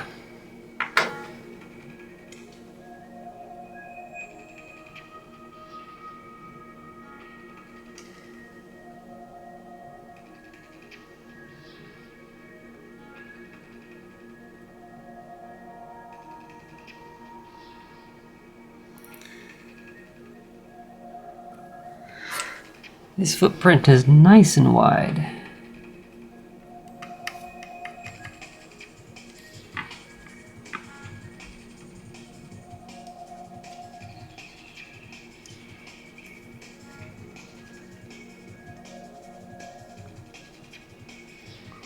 That looks center.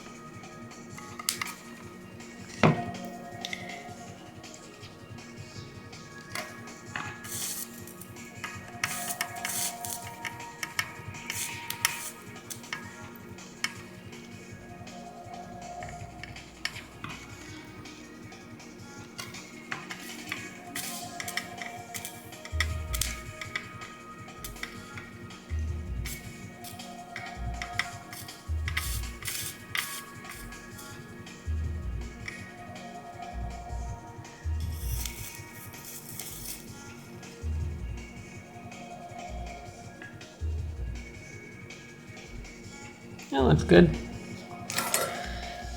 Alright, some capacitors. We've got C9 and C10. I might as well put C7 on there as well. So we'll get 3 out.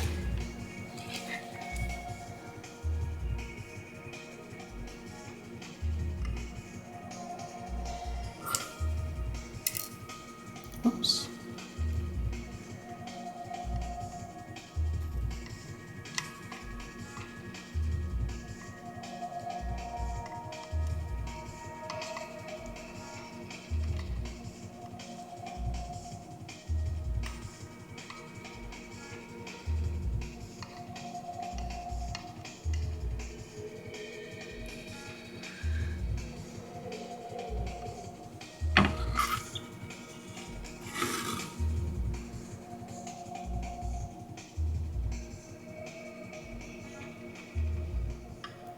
Where did it go? There it is.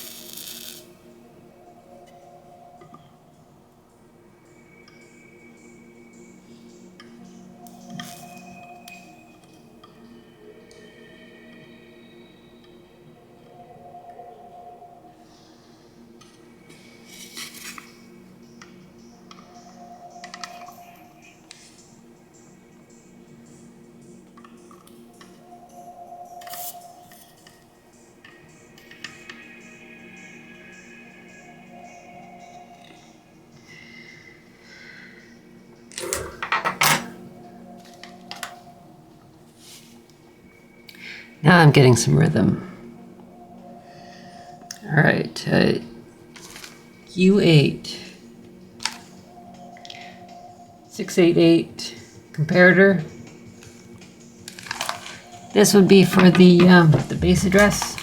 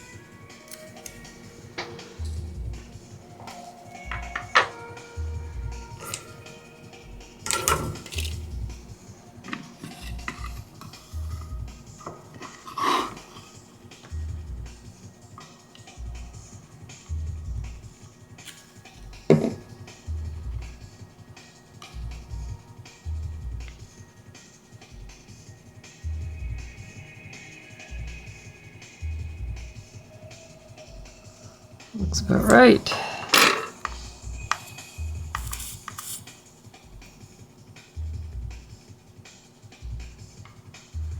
Let me slide it over a little bit.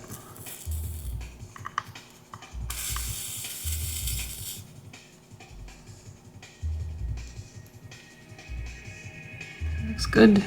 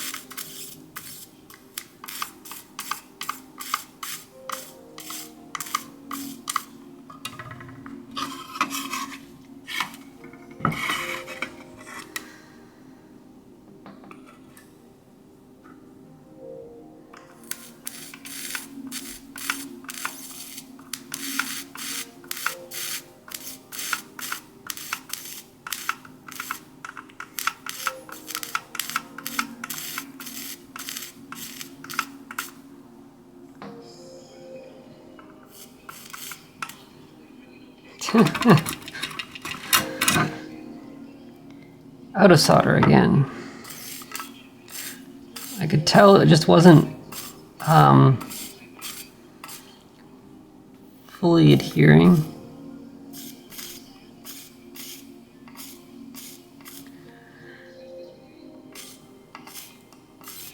Now I just expect to get a nice bump of solder.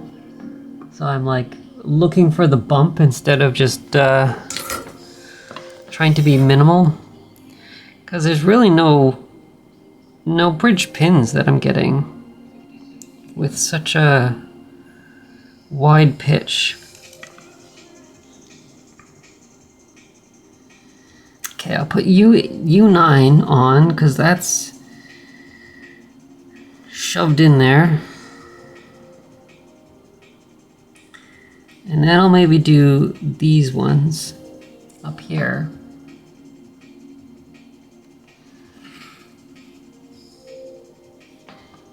So we'll start with U9. Not all of them are going to be this. Okay, what else do we have? We have U4. 12 and 18 are those ones. So those are small guys. The oscillator, U15, which is over there.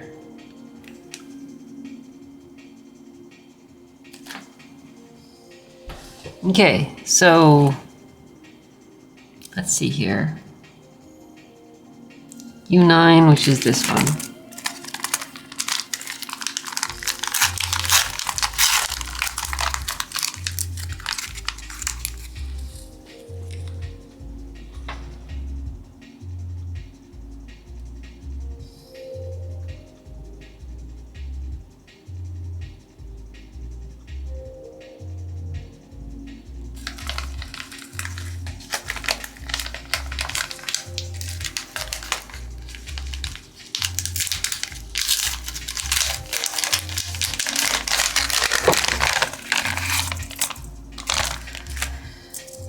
Oh, I bought a whole bunch of them.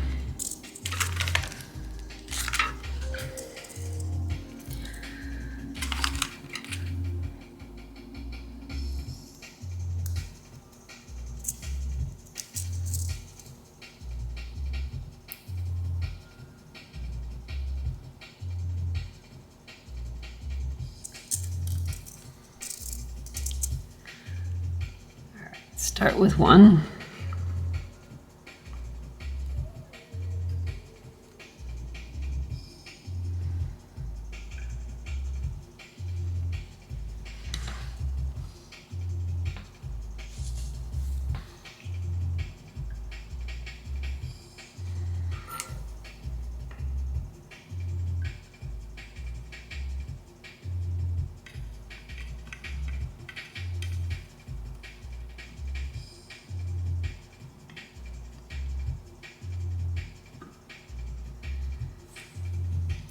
I mean, that one went on quite well without any flux, so maybe I won't bother putting flux on.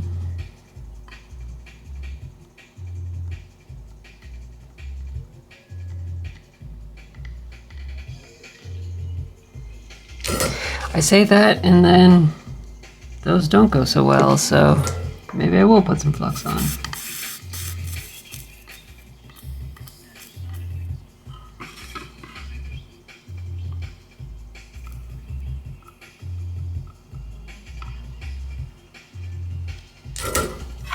But I will inspect it because it's tinier pins.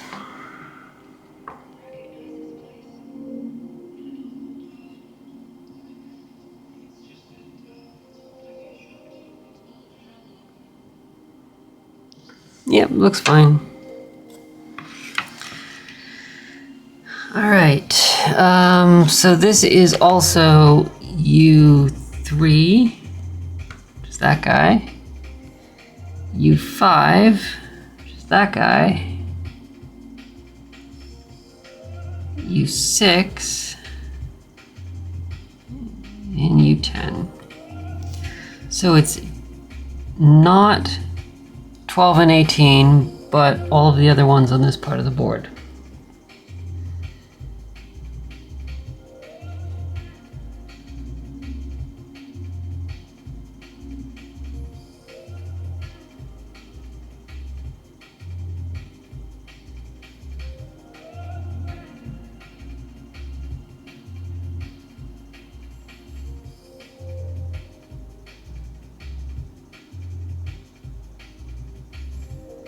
I'm kind of thinking, like, when do I put the when do I put C11 on? I could probably manage to put it on first even. Might be easier. Okay. Get that one.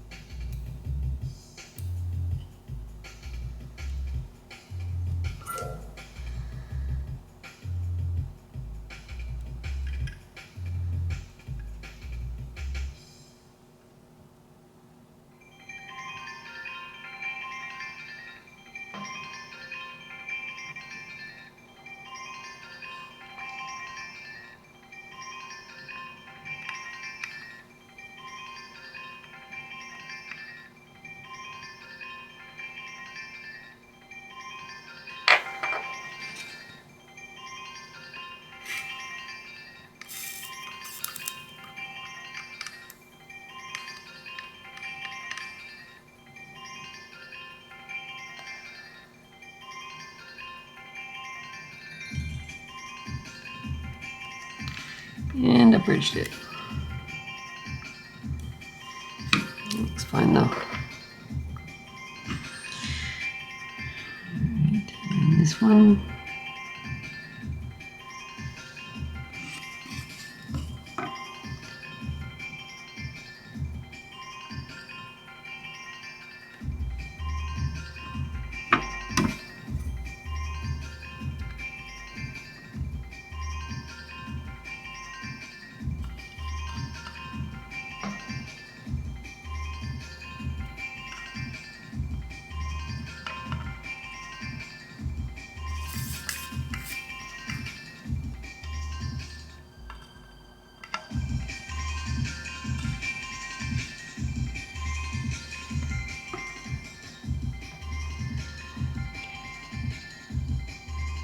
Alright, so that's 5, 6, and 9. So 3 and 10 are the last two. So we've got 2 more of these ones. And down in the corner.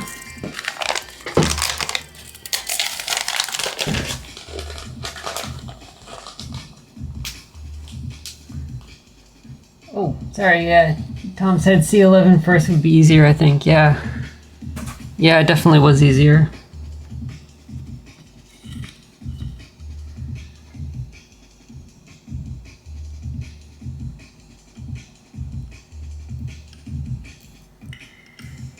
And the same with this, I'll do U10 and then resistor R1 afterwards.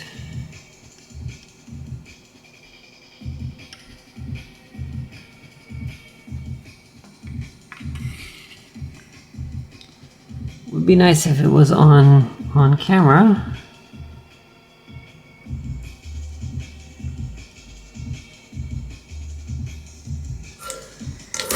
I'll put some flux on first.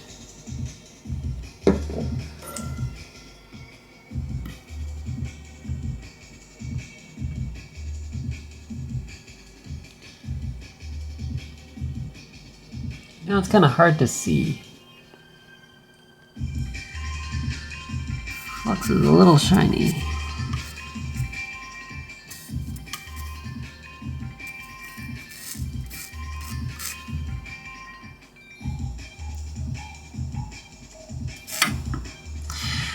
Well, shit.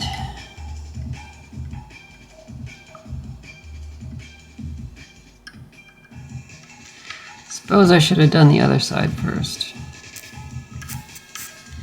My tweezers are also getting caught up on the JTAG header.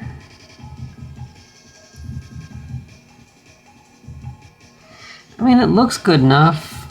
I can see it's a little on the crooked side, but I'll go with it.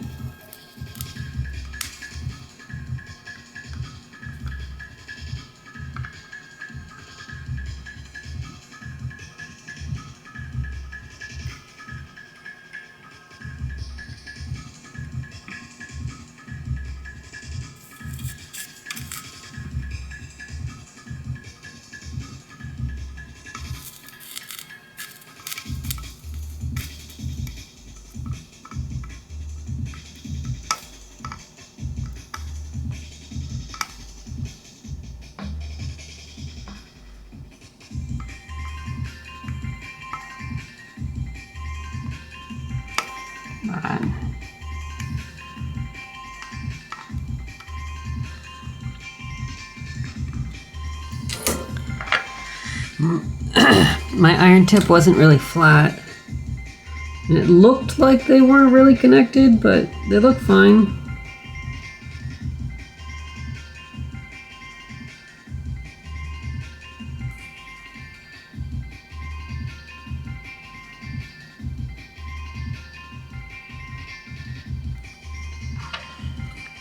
It all looks good.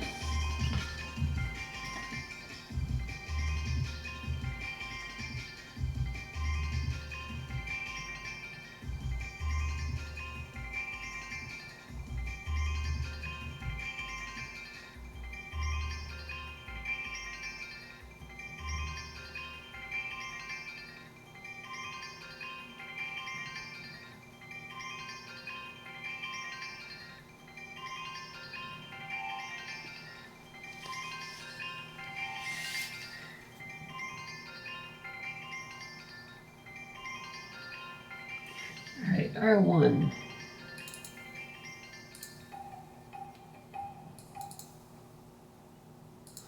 R1 should be 10K.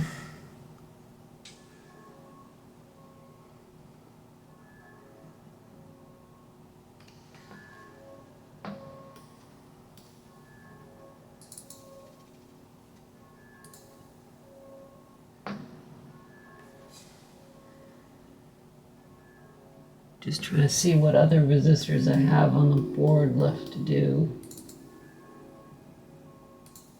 33. So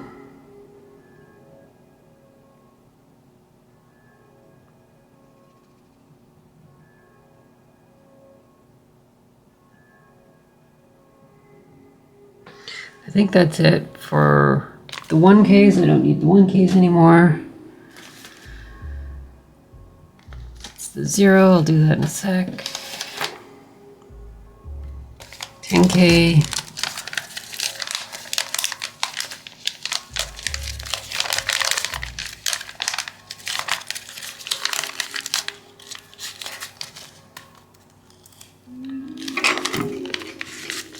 Go.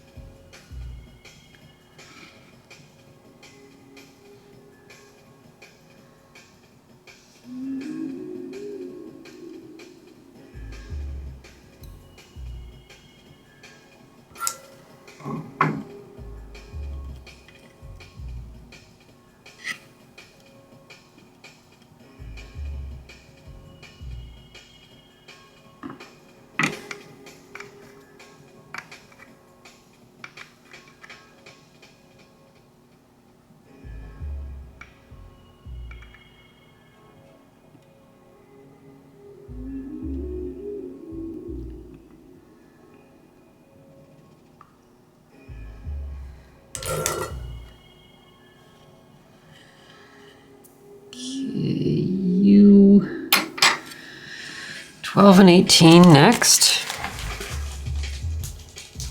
I have a bunch of these chips.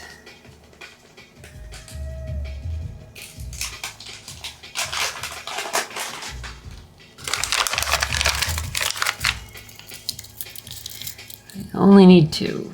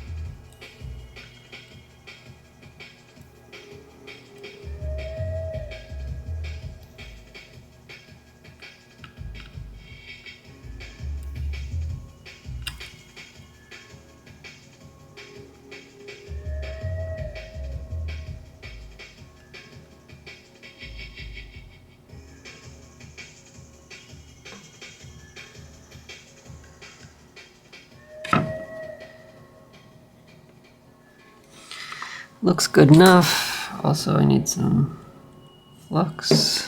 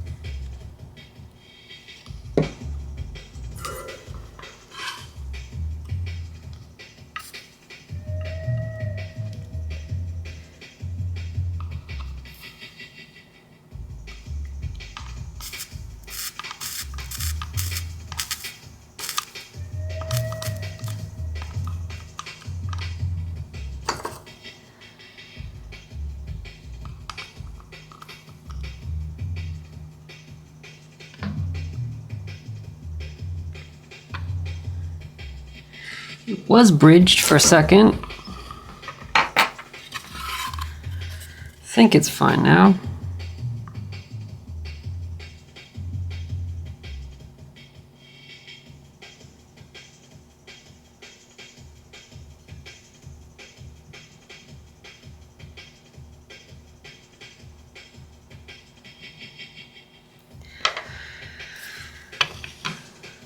looks all fine. U4, U1, the oscillator, U15. Oh, I have those LEDs as well. Okay.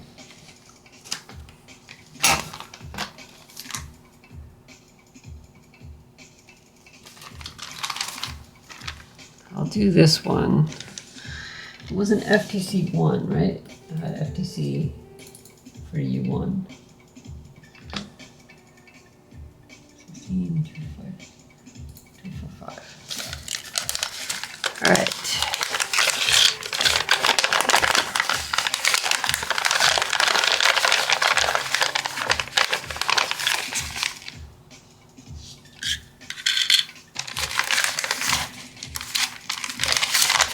Oh, I only had one. Okay.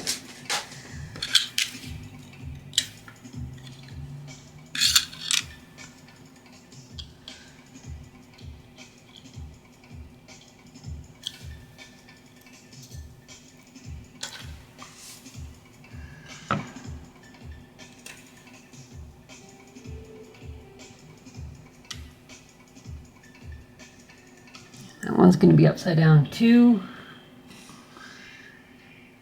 It is. Right, this is it's the thicker one, right?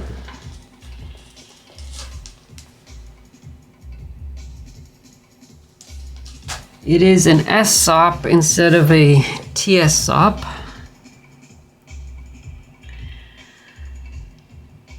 Looks like it's the same pitch as the other ones. Maybe it's a little wider, but the body of it is definitely thicker.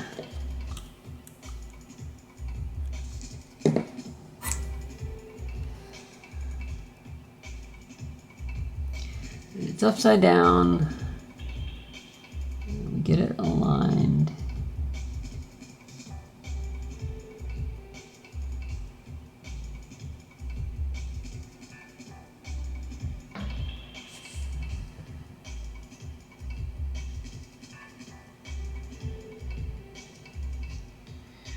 It's very on the edge of,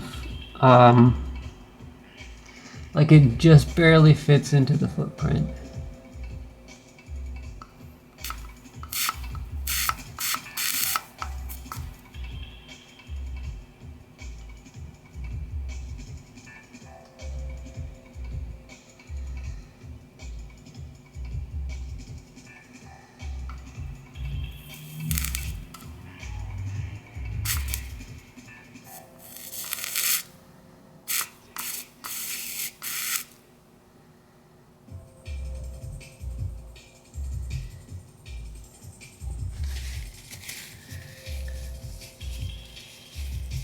Tom said, I made the footprint for this one and it really needs to be a tad wider.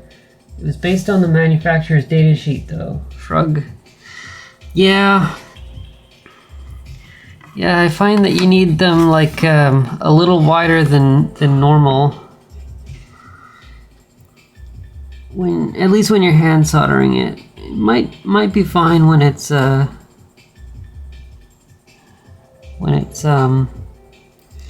reflowed.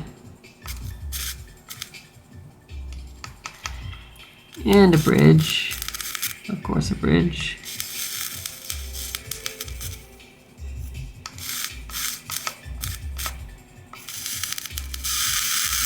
Ah!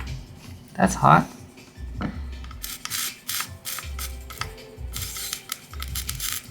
I'm so used to those other, these ones that I can just hold with my finger. Don't have to use a lot of heat.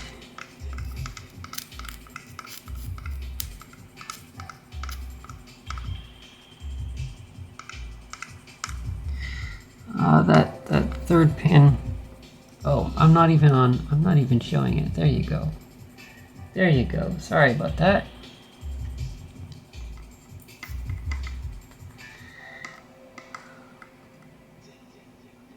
One of them here is not. Oh yeah, I'm clean out of solder as well.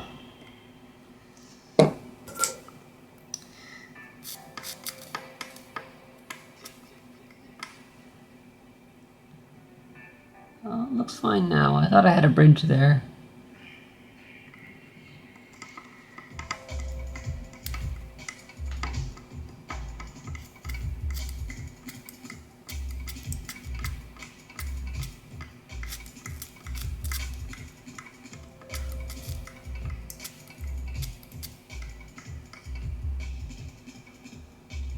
I do think that was a little easier than the T-SOPs.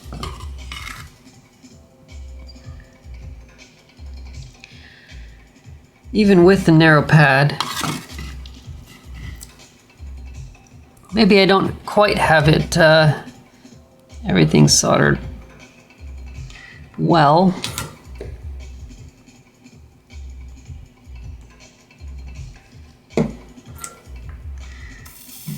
But so far, so good.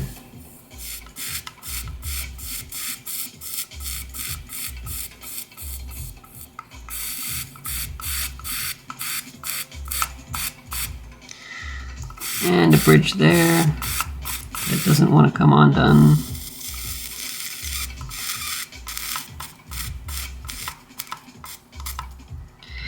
And a bridge there.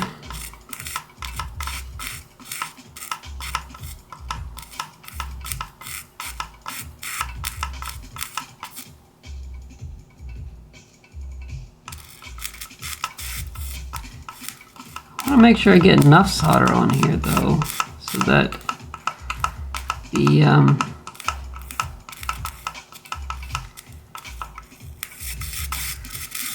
they are properly connected.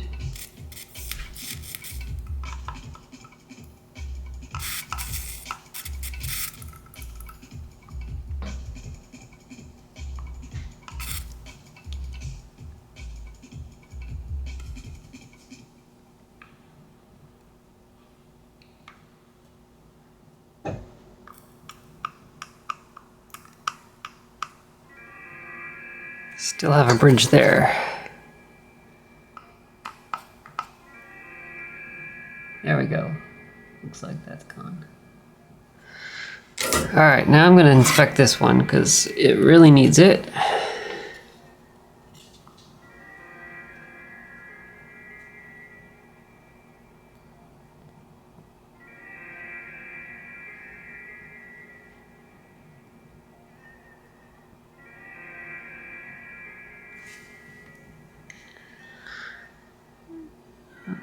That one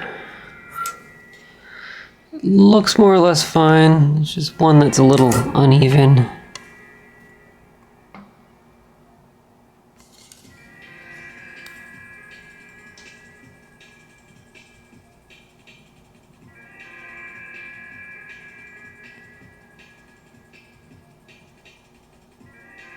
Is that one? Yeah, that's done.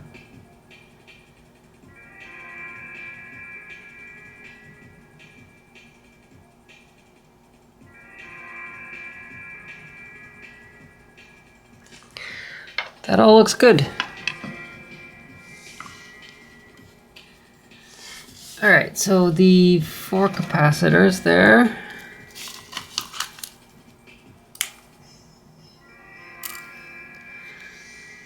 There we go.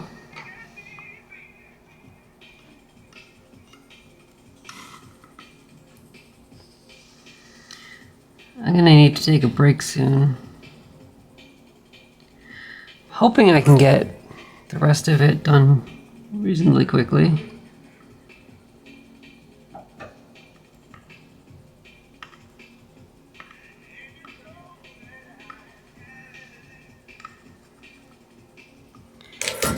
Definitely need some flux there.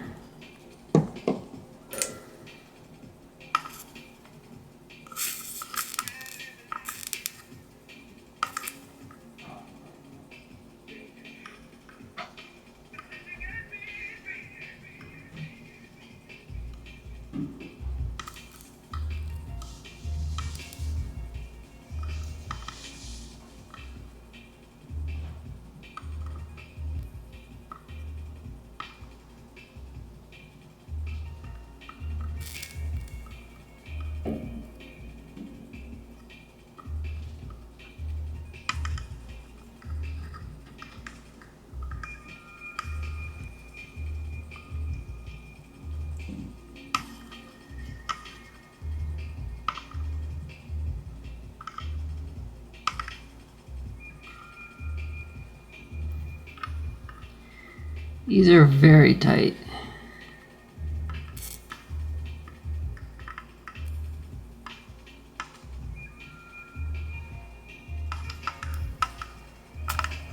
Oh, bugger. Knew that was gonna happen. Got a bit of a bridge there.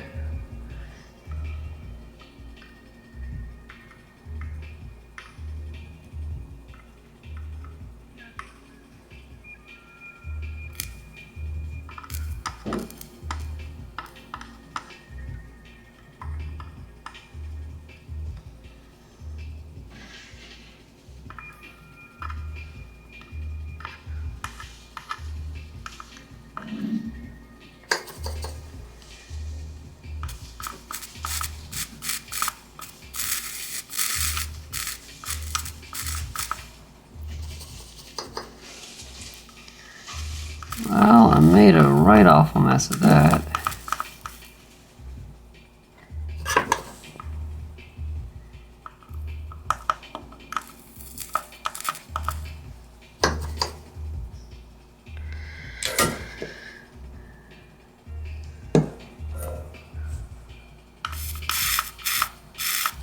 It's going so well, too.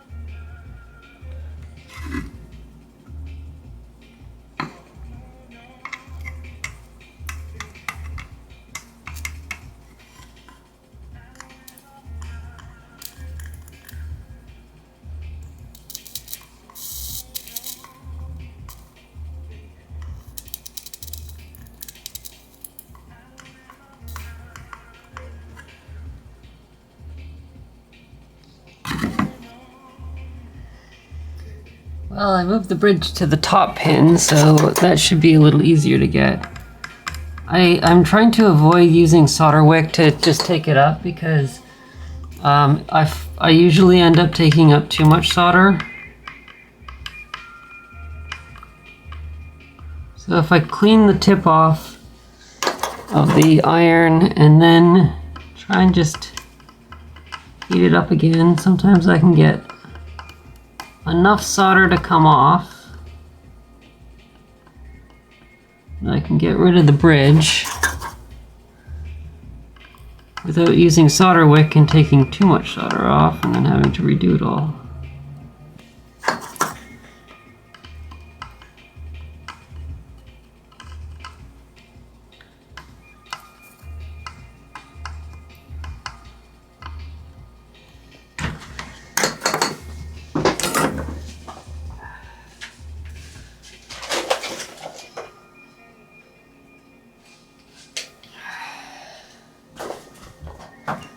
Oh, actually, I've got a little bit here.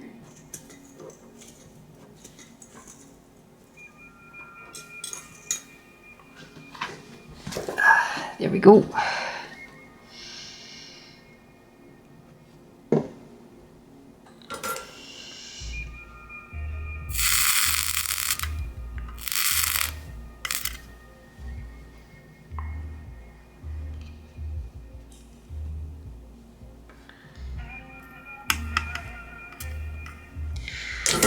All right, let me inspect that again.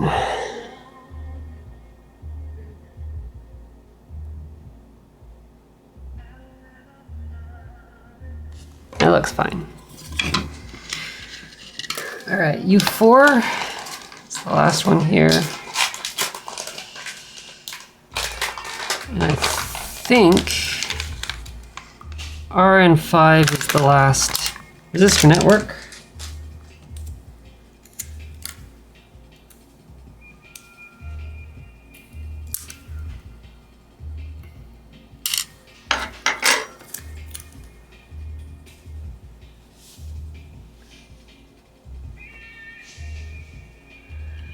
This one is also upside down.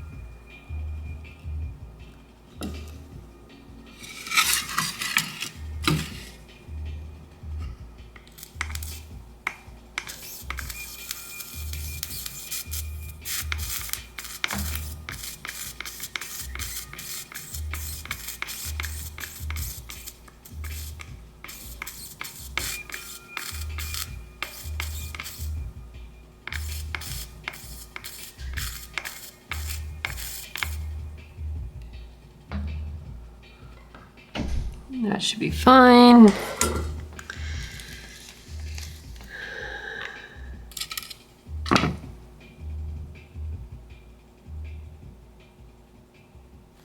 Yeah. Okay, so that should be the last resistor network.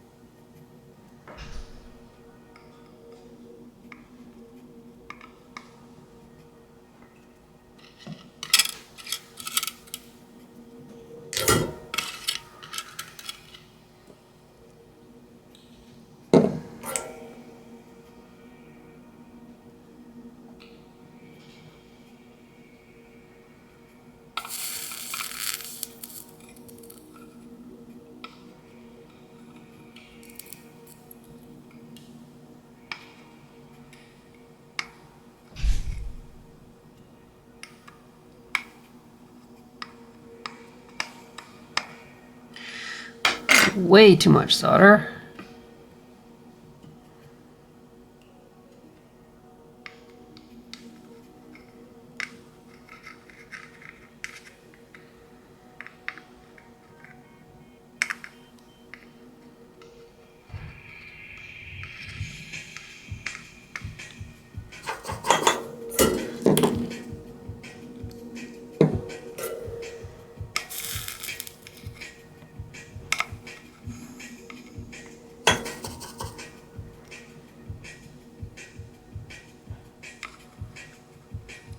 Oh, bugger.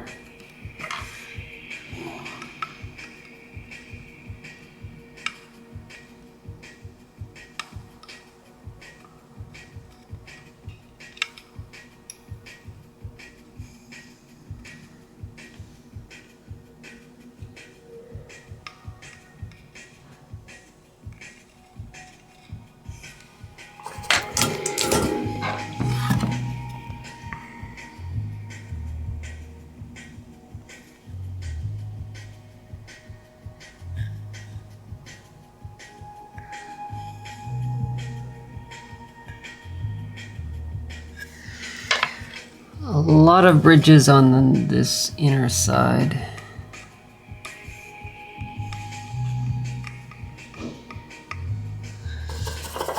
I think I just have way too much solder on that side.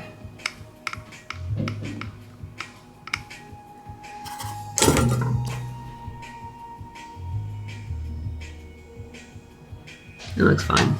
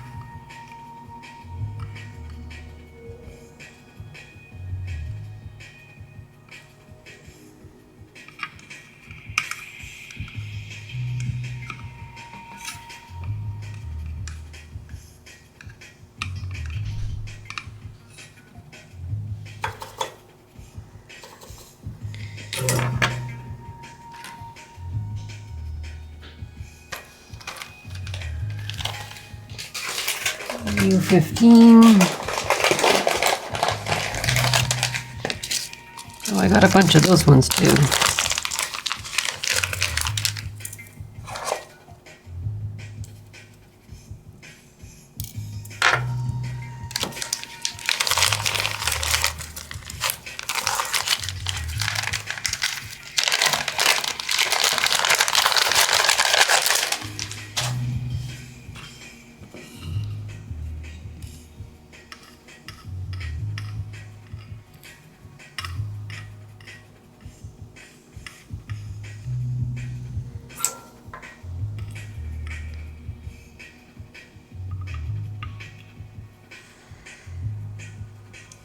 I'm kind of rushing a bit now because it's I need to have some lunch. But it'd be nice if I could get this mostly done.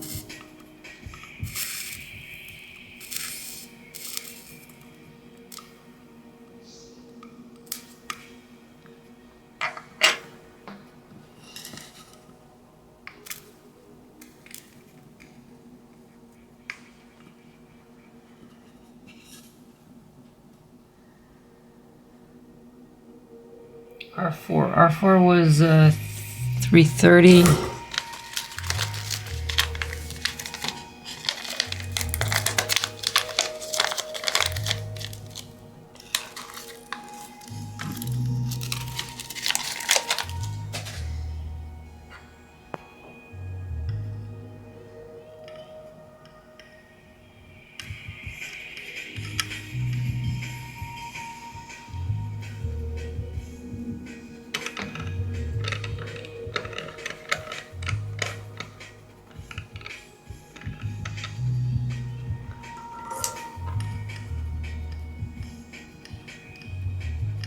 Oh, come on.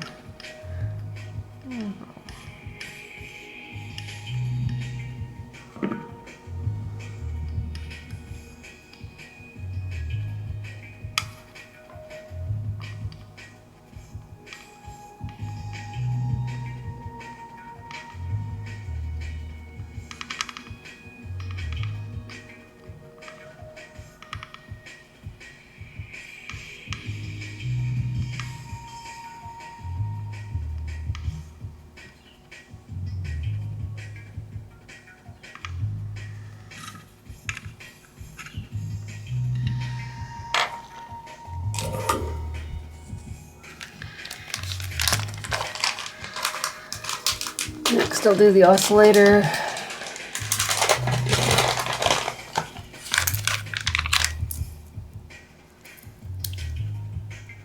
Oh, I need to know how this goes on.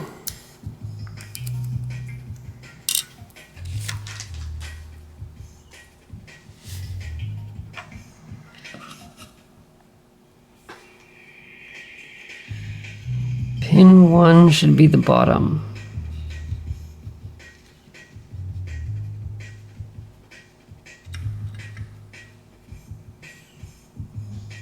So it should be like that.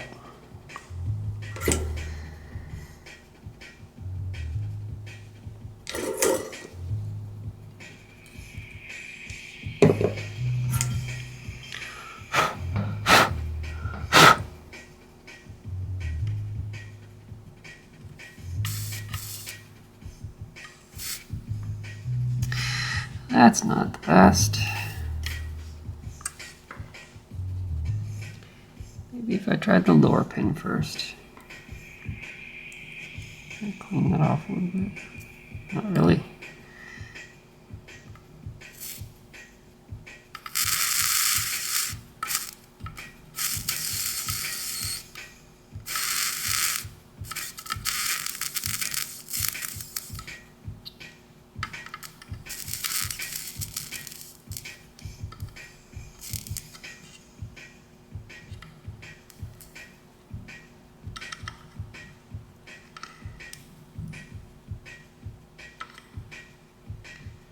This is also a little tricky to hand solder.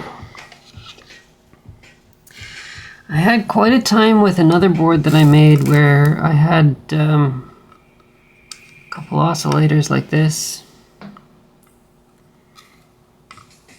And one of them I had the footprint way too big. Had the wrong footprint. And the other one, it was just the right size. But the one that was way too big was so much easier to solder.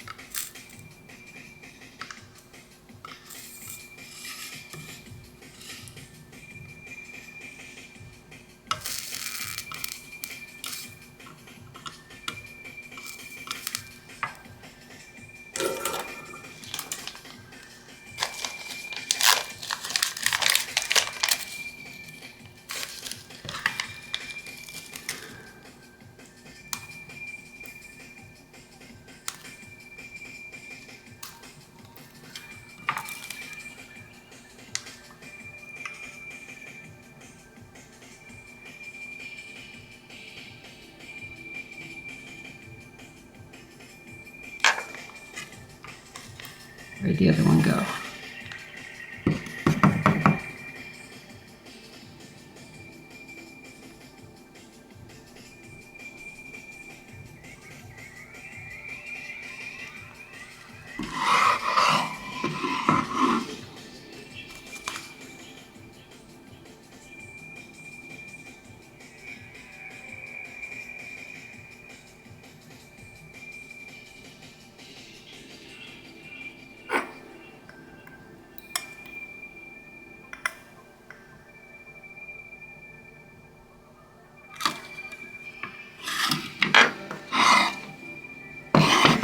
I had two of them come out of the package, but I can't find the other one. You only need one of them.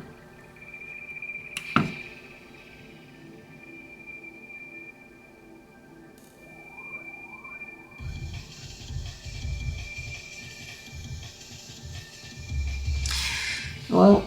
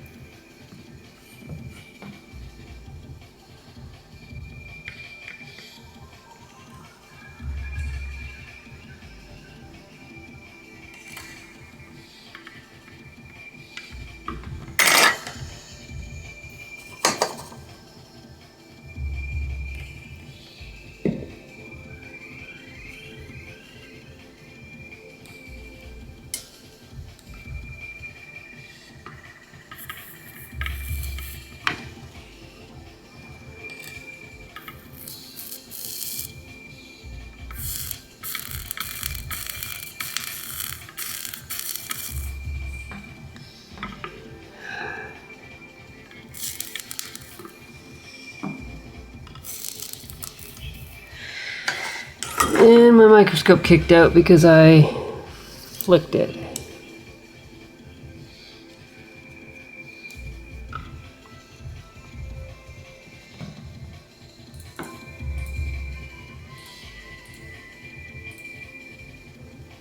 go.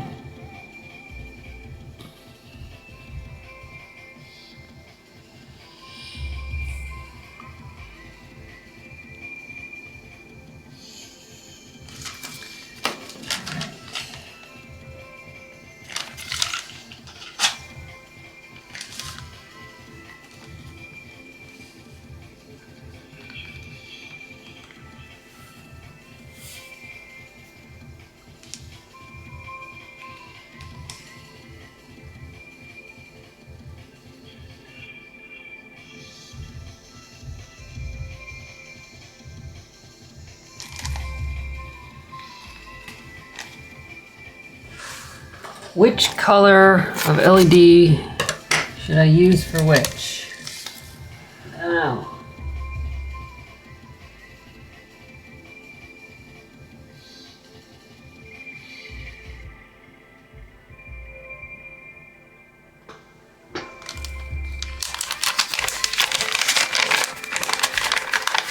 So these are green.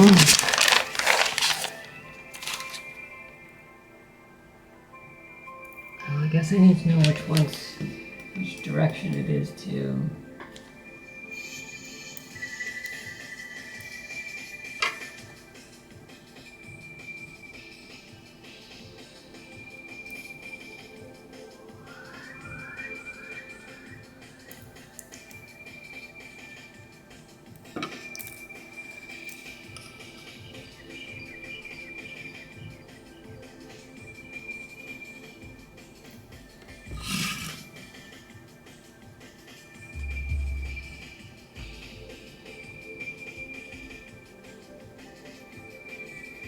The in use is just like a programmed, like it's just the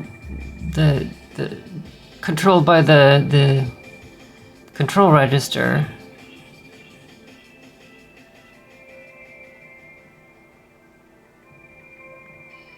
I'm kind of thinking like the green for disk ACK and then in use for the yellow. Tom says the idea behind in-use LED is that your software can look for and initialize the card, and it can then turn the in-use LED on to say that it's been initialized. It doesn't have any other purpose really. So, yeah, I'm kind of thinking like yellow as sort of like caution, the card is in use, and then disk ACK being green as in like it's doing something.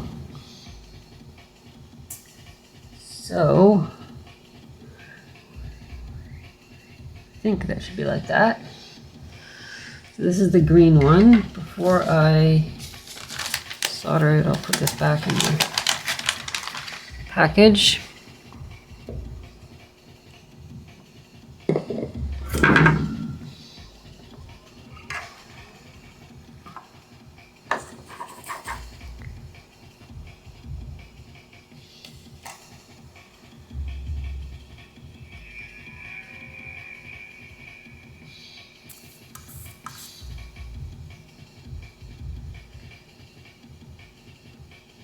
It's fun to have bits that you can fiddle with in software and see them do stuff. Yeah, definitely. Especially when like debugging and that.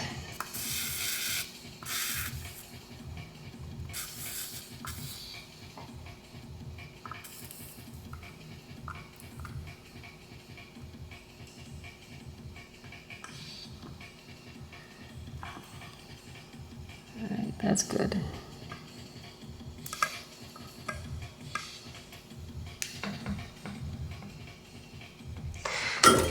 Good enough. That was green.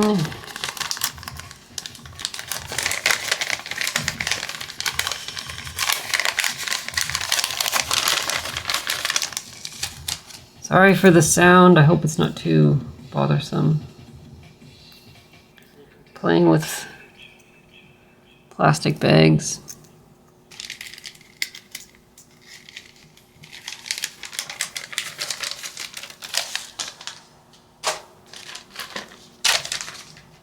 That done.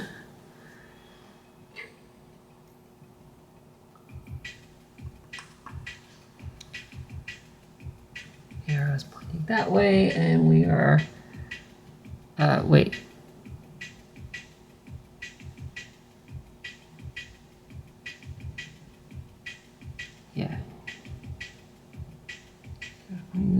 Should be that way.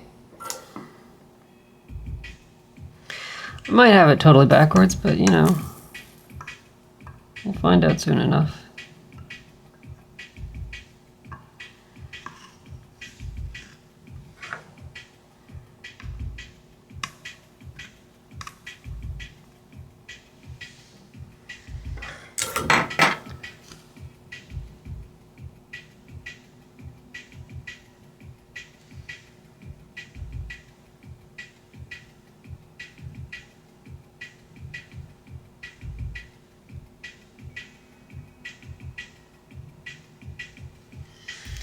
That is definitely not soldered on that side.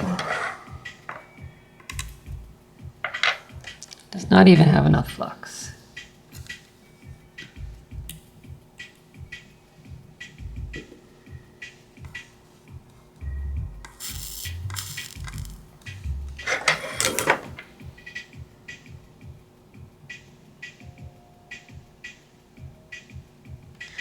That's good.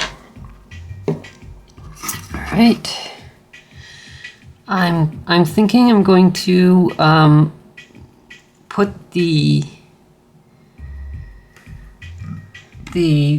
card slot on, and then I'm gonna turn my iron off and take a break, have some lunch, and then be back in like 15 minutes, 20 minutes. Maybe I'm being overly optimistic. And then I'll switch my my tip out and go to a conical tip and do all the through holes.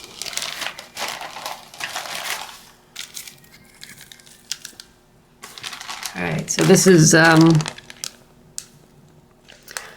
from a while ago. These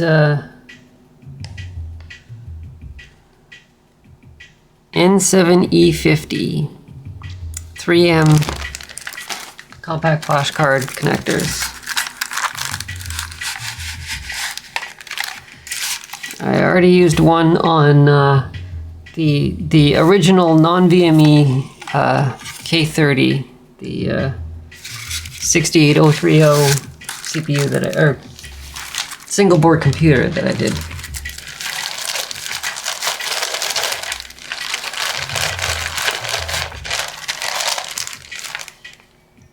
Or actually, was I going to?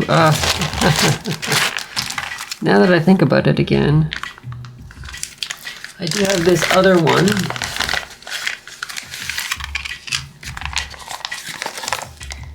This is also an N7E50, but it's a slightly different one. It's just a little higher profile. I can't remember now if I was going to do the bigger one, since it's kind of like a bigger thing. Oh, it has the holes, the alignment holes. I don't think either of them I put the... Yeah, that's unfortunate. It's got some little alignment holes here on the bottom, these little tiny tabs, and it looks like it's supposed to have a hole there. It does actually have a hole in the board because I used the footprint that I used for the other ones, but it's too small, and so it doesn't... Oh, actually, if I push really hard, I can get it to go in. Okay. So then it's just the decision, do I use the lower profile one or the higher profile one? And part of me is thinking use the high profile one, and then you don't have to have it, like I can use it up. And we're gonna have a big VME bus connector on here. This one.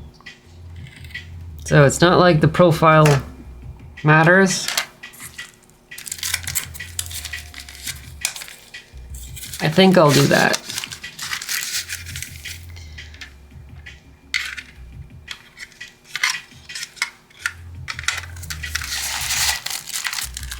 save that one for another day.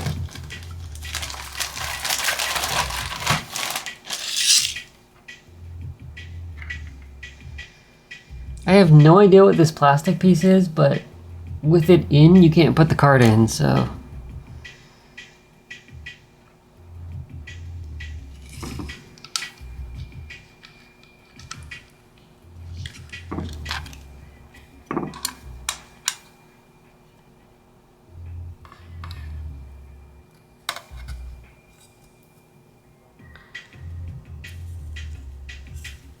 There we go.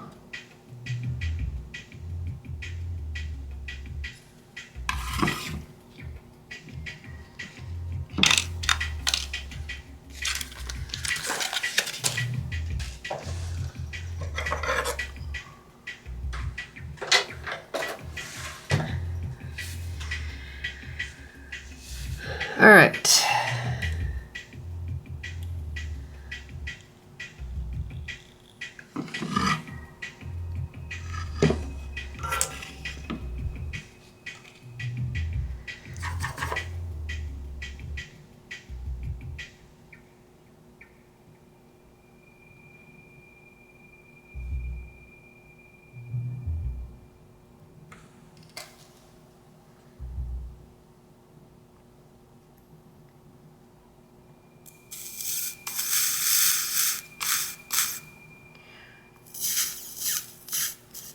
That is too much solder.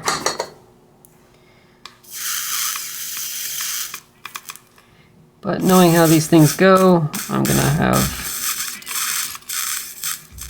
not enough solder for everything else.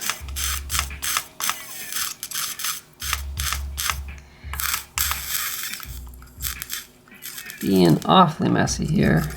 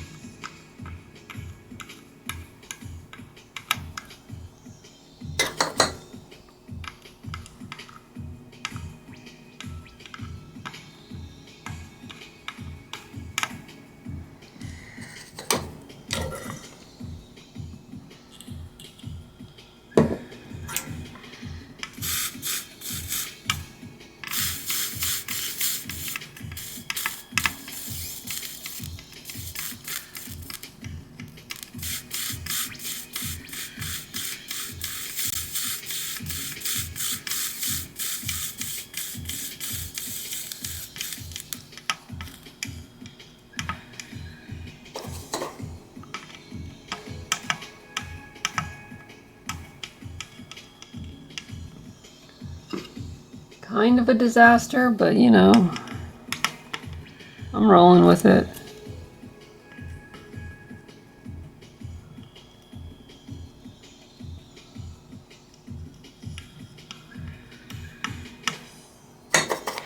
Still got a bridge there.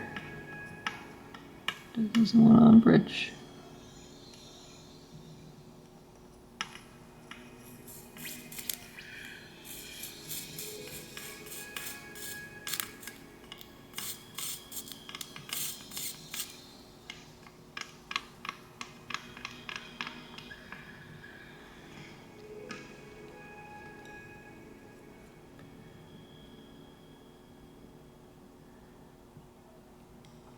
too big for it to all be visible at the same time.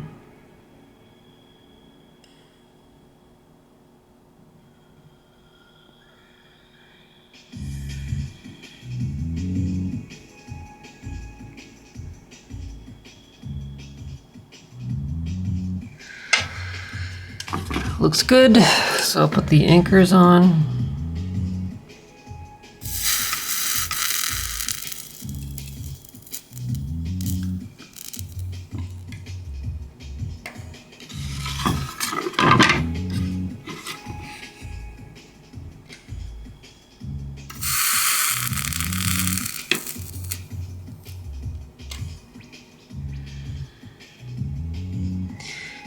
And 2 capacitors here.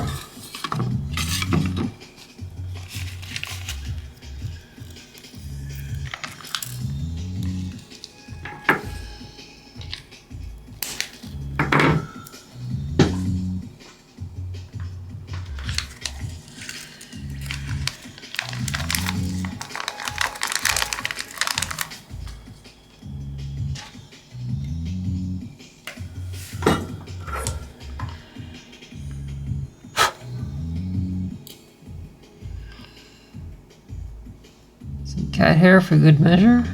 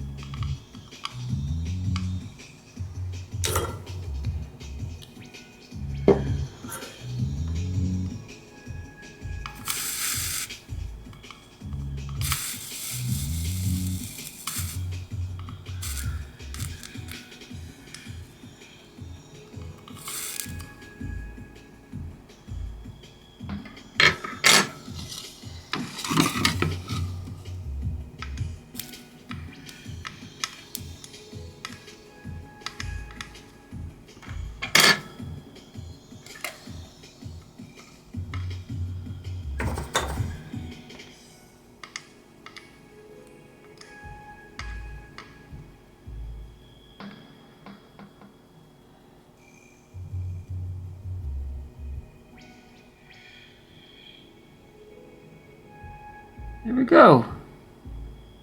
I think that's it. For the surface mount stuff,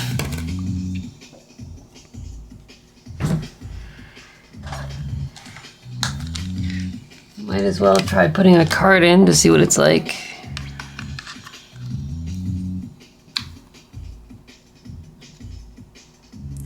It does stand up a little bit from the board, this higher profile thing, but it is quite nice. The cutout in the board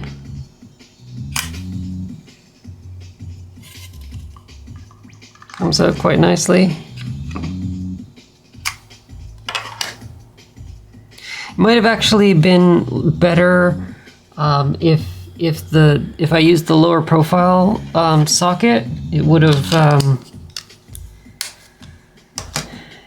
would have nicely like joined to the bottom. I guess that's kind of the point with the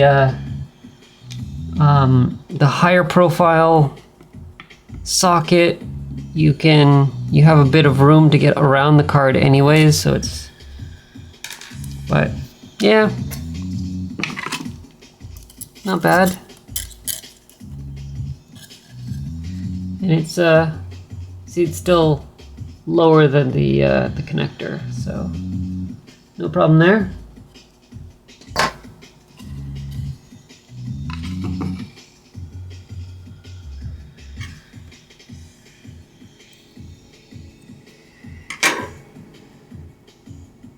I guess we could give it some power just to see if it blows up, see if there's a short circuit. I should check for a short circuit. Before I dump a whole bunch of current into the board, I probably should just give her, oh no, I'm doing continuity. Continuity. Well, shit. I got a short somewhere. Ha!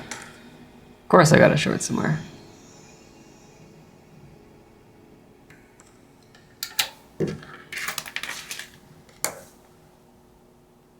Oh. There's the missing 0 ohm resistor.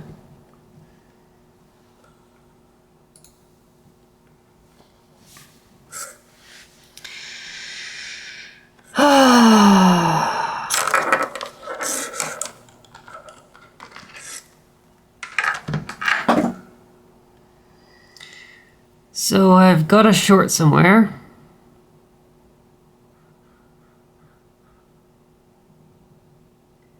I should look for it before I try powering the board up. I should probably also clean the board off before I power it up, but we'll see how that goes.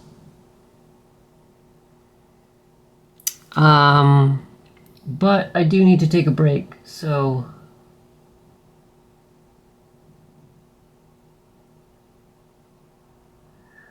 Tom says you can try to hunt down a short by measuring across each capacitor. The closer you get to the short, the lower resistance will be. Yeah. I mean, I guess I can just quickly do that before I see if I get anything. So we're like 20 there. Maybe I should turn the sound off.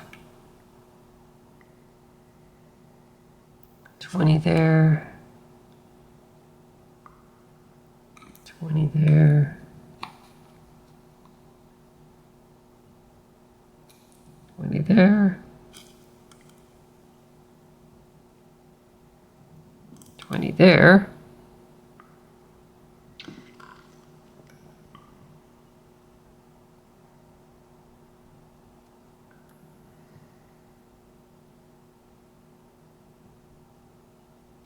Well, that's a little further away from the short.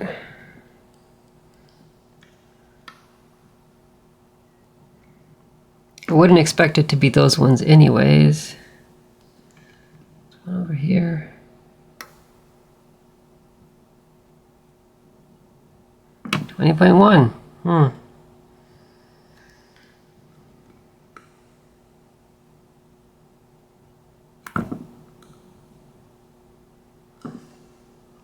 Yeah.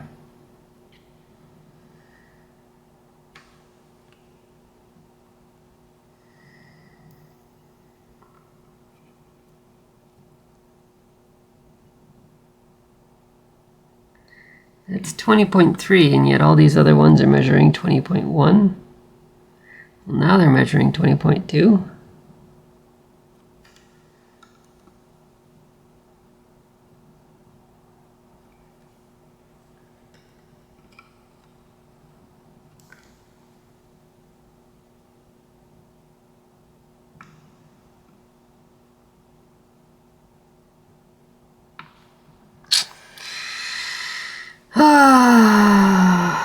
Yeah.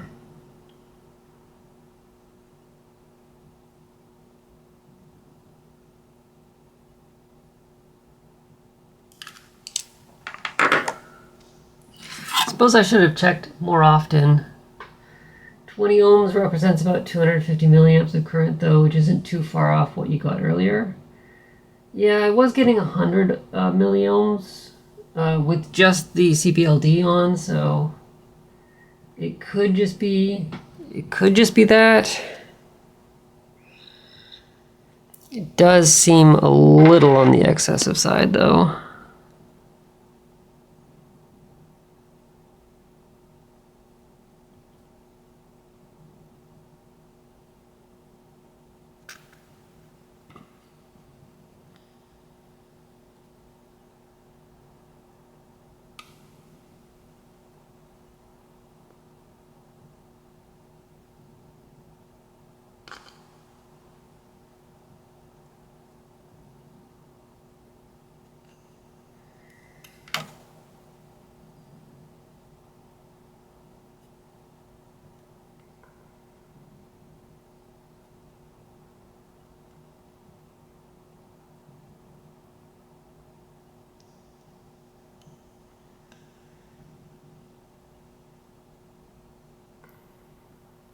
Should I just send it and see what we get?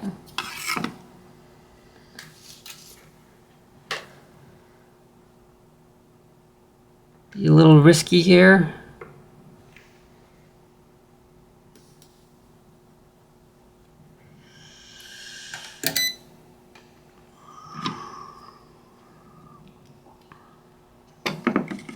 I mean, I'm not expecting it to do anything.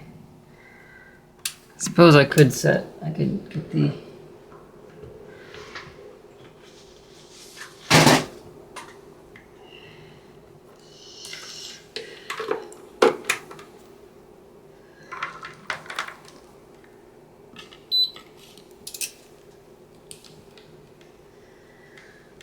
Get that ready. And then I can look at the...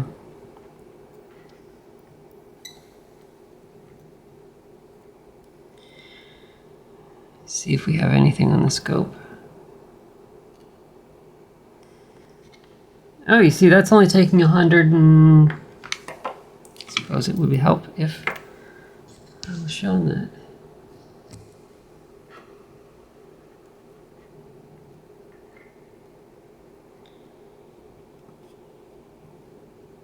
See, it's 130, 100. Not too bad.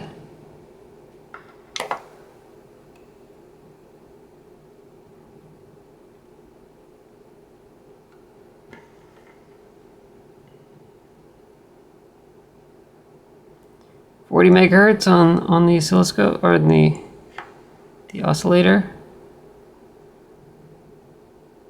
Seems a little hot, a little like it's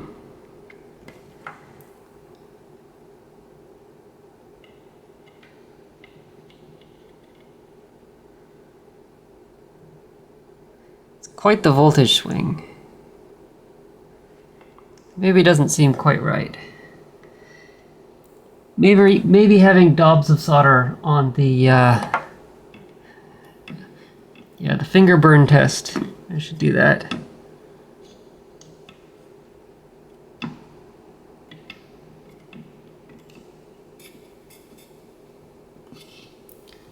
It all seems fine.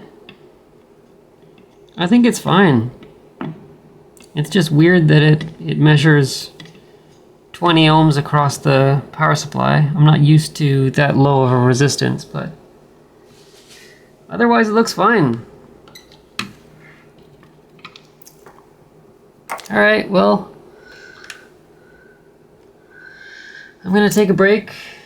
I might be back. I mean, knowing me, it'll take me longer before I get back. I'll probably be like half an hour, or maybe I'll end up having to vacuum and then I won't be back for longer, but we'll see. Yeah, I should probably like stop streaming, and I'll be going to bed now, I think, Tom. Thanks for joining. It was great that you could come and see. It'll be a while before I get the like, even if I were to solder the rest of it, it'll be a while before I can actually like properly test it. I need to wash the board off and blow dry it and everything, so it probably wouldn't be a short time to get it up and running again, so I will keep you updated on how it goes. I'll let you know if I run into any troubles getting the software working. But thank you a lot for building this, for making the board, designing the board. Is a real help. Not having to design this as well as everything else. I can just build this. I know it was working for you, so I'm sure I can get it working myself. And once I do that, I should be able to boot the operating system and get the networking stack running on the K30. So shouldn't be too much longer before I can get that, and then I can like start developing some other cards for VME. So yay!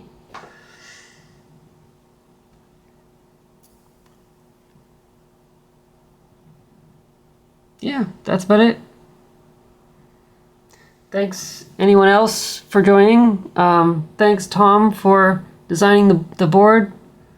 I hope it was interesting seeing somebody else hand solder a board that was not intended to be hand soldered. It went pretty well. I think it was having the big pitch pins where it was really easy to solder. The PLCC chip was a little odd, but it soldered quite well. Took me a bit to get started. The resistor networks were probably the hardest thing of all of them, so yeah. It's great. Thank you very much. Thanks for joining. I will maybe see you later, maybe not.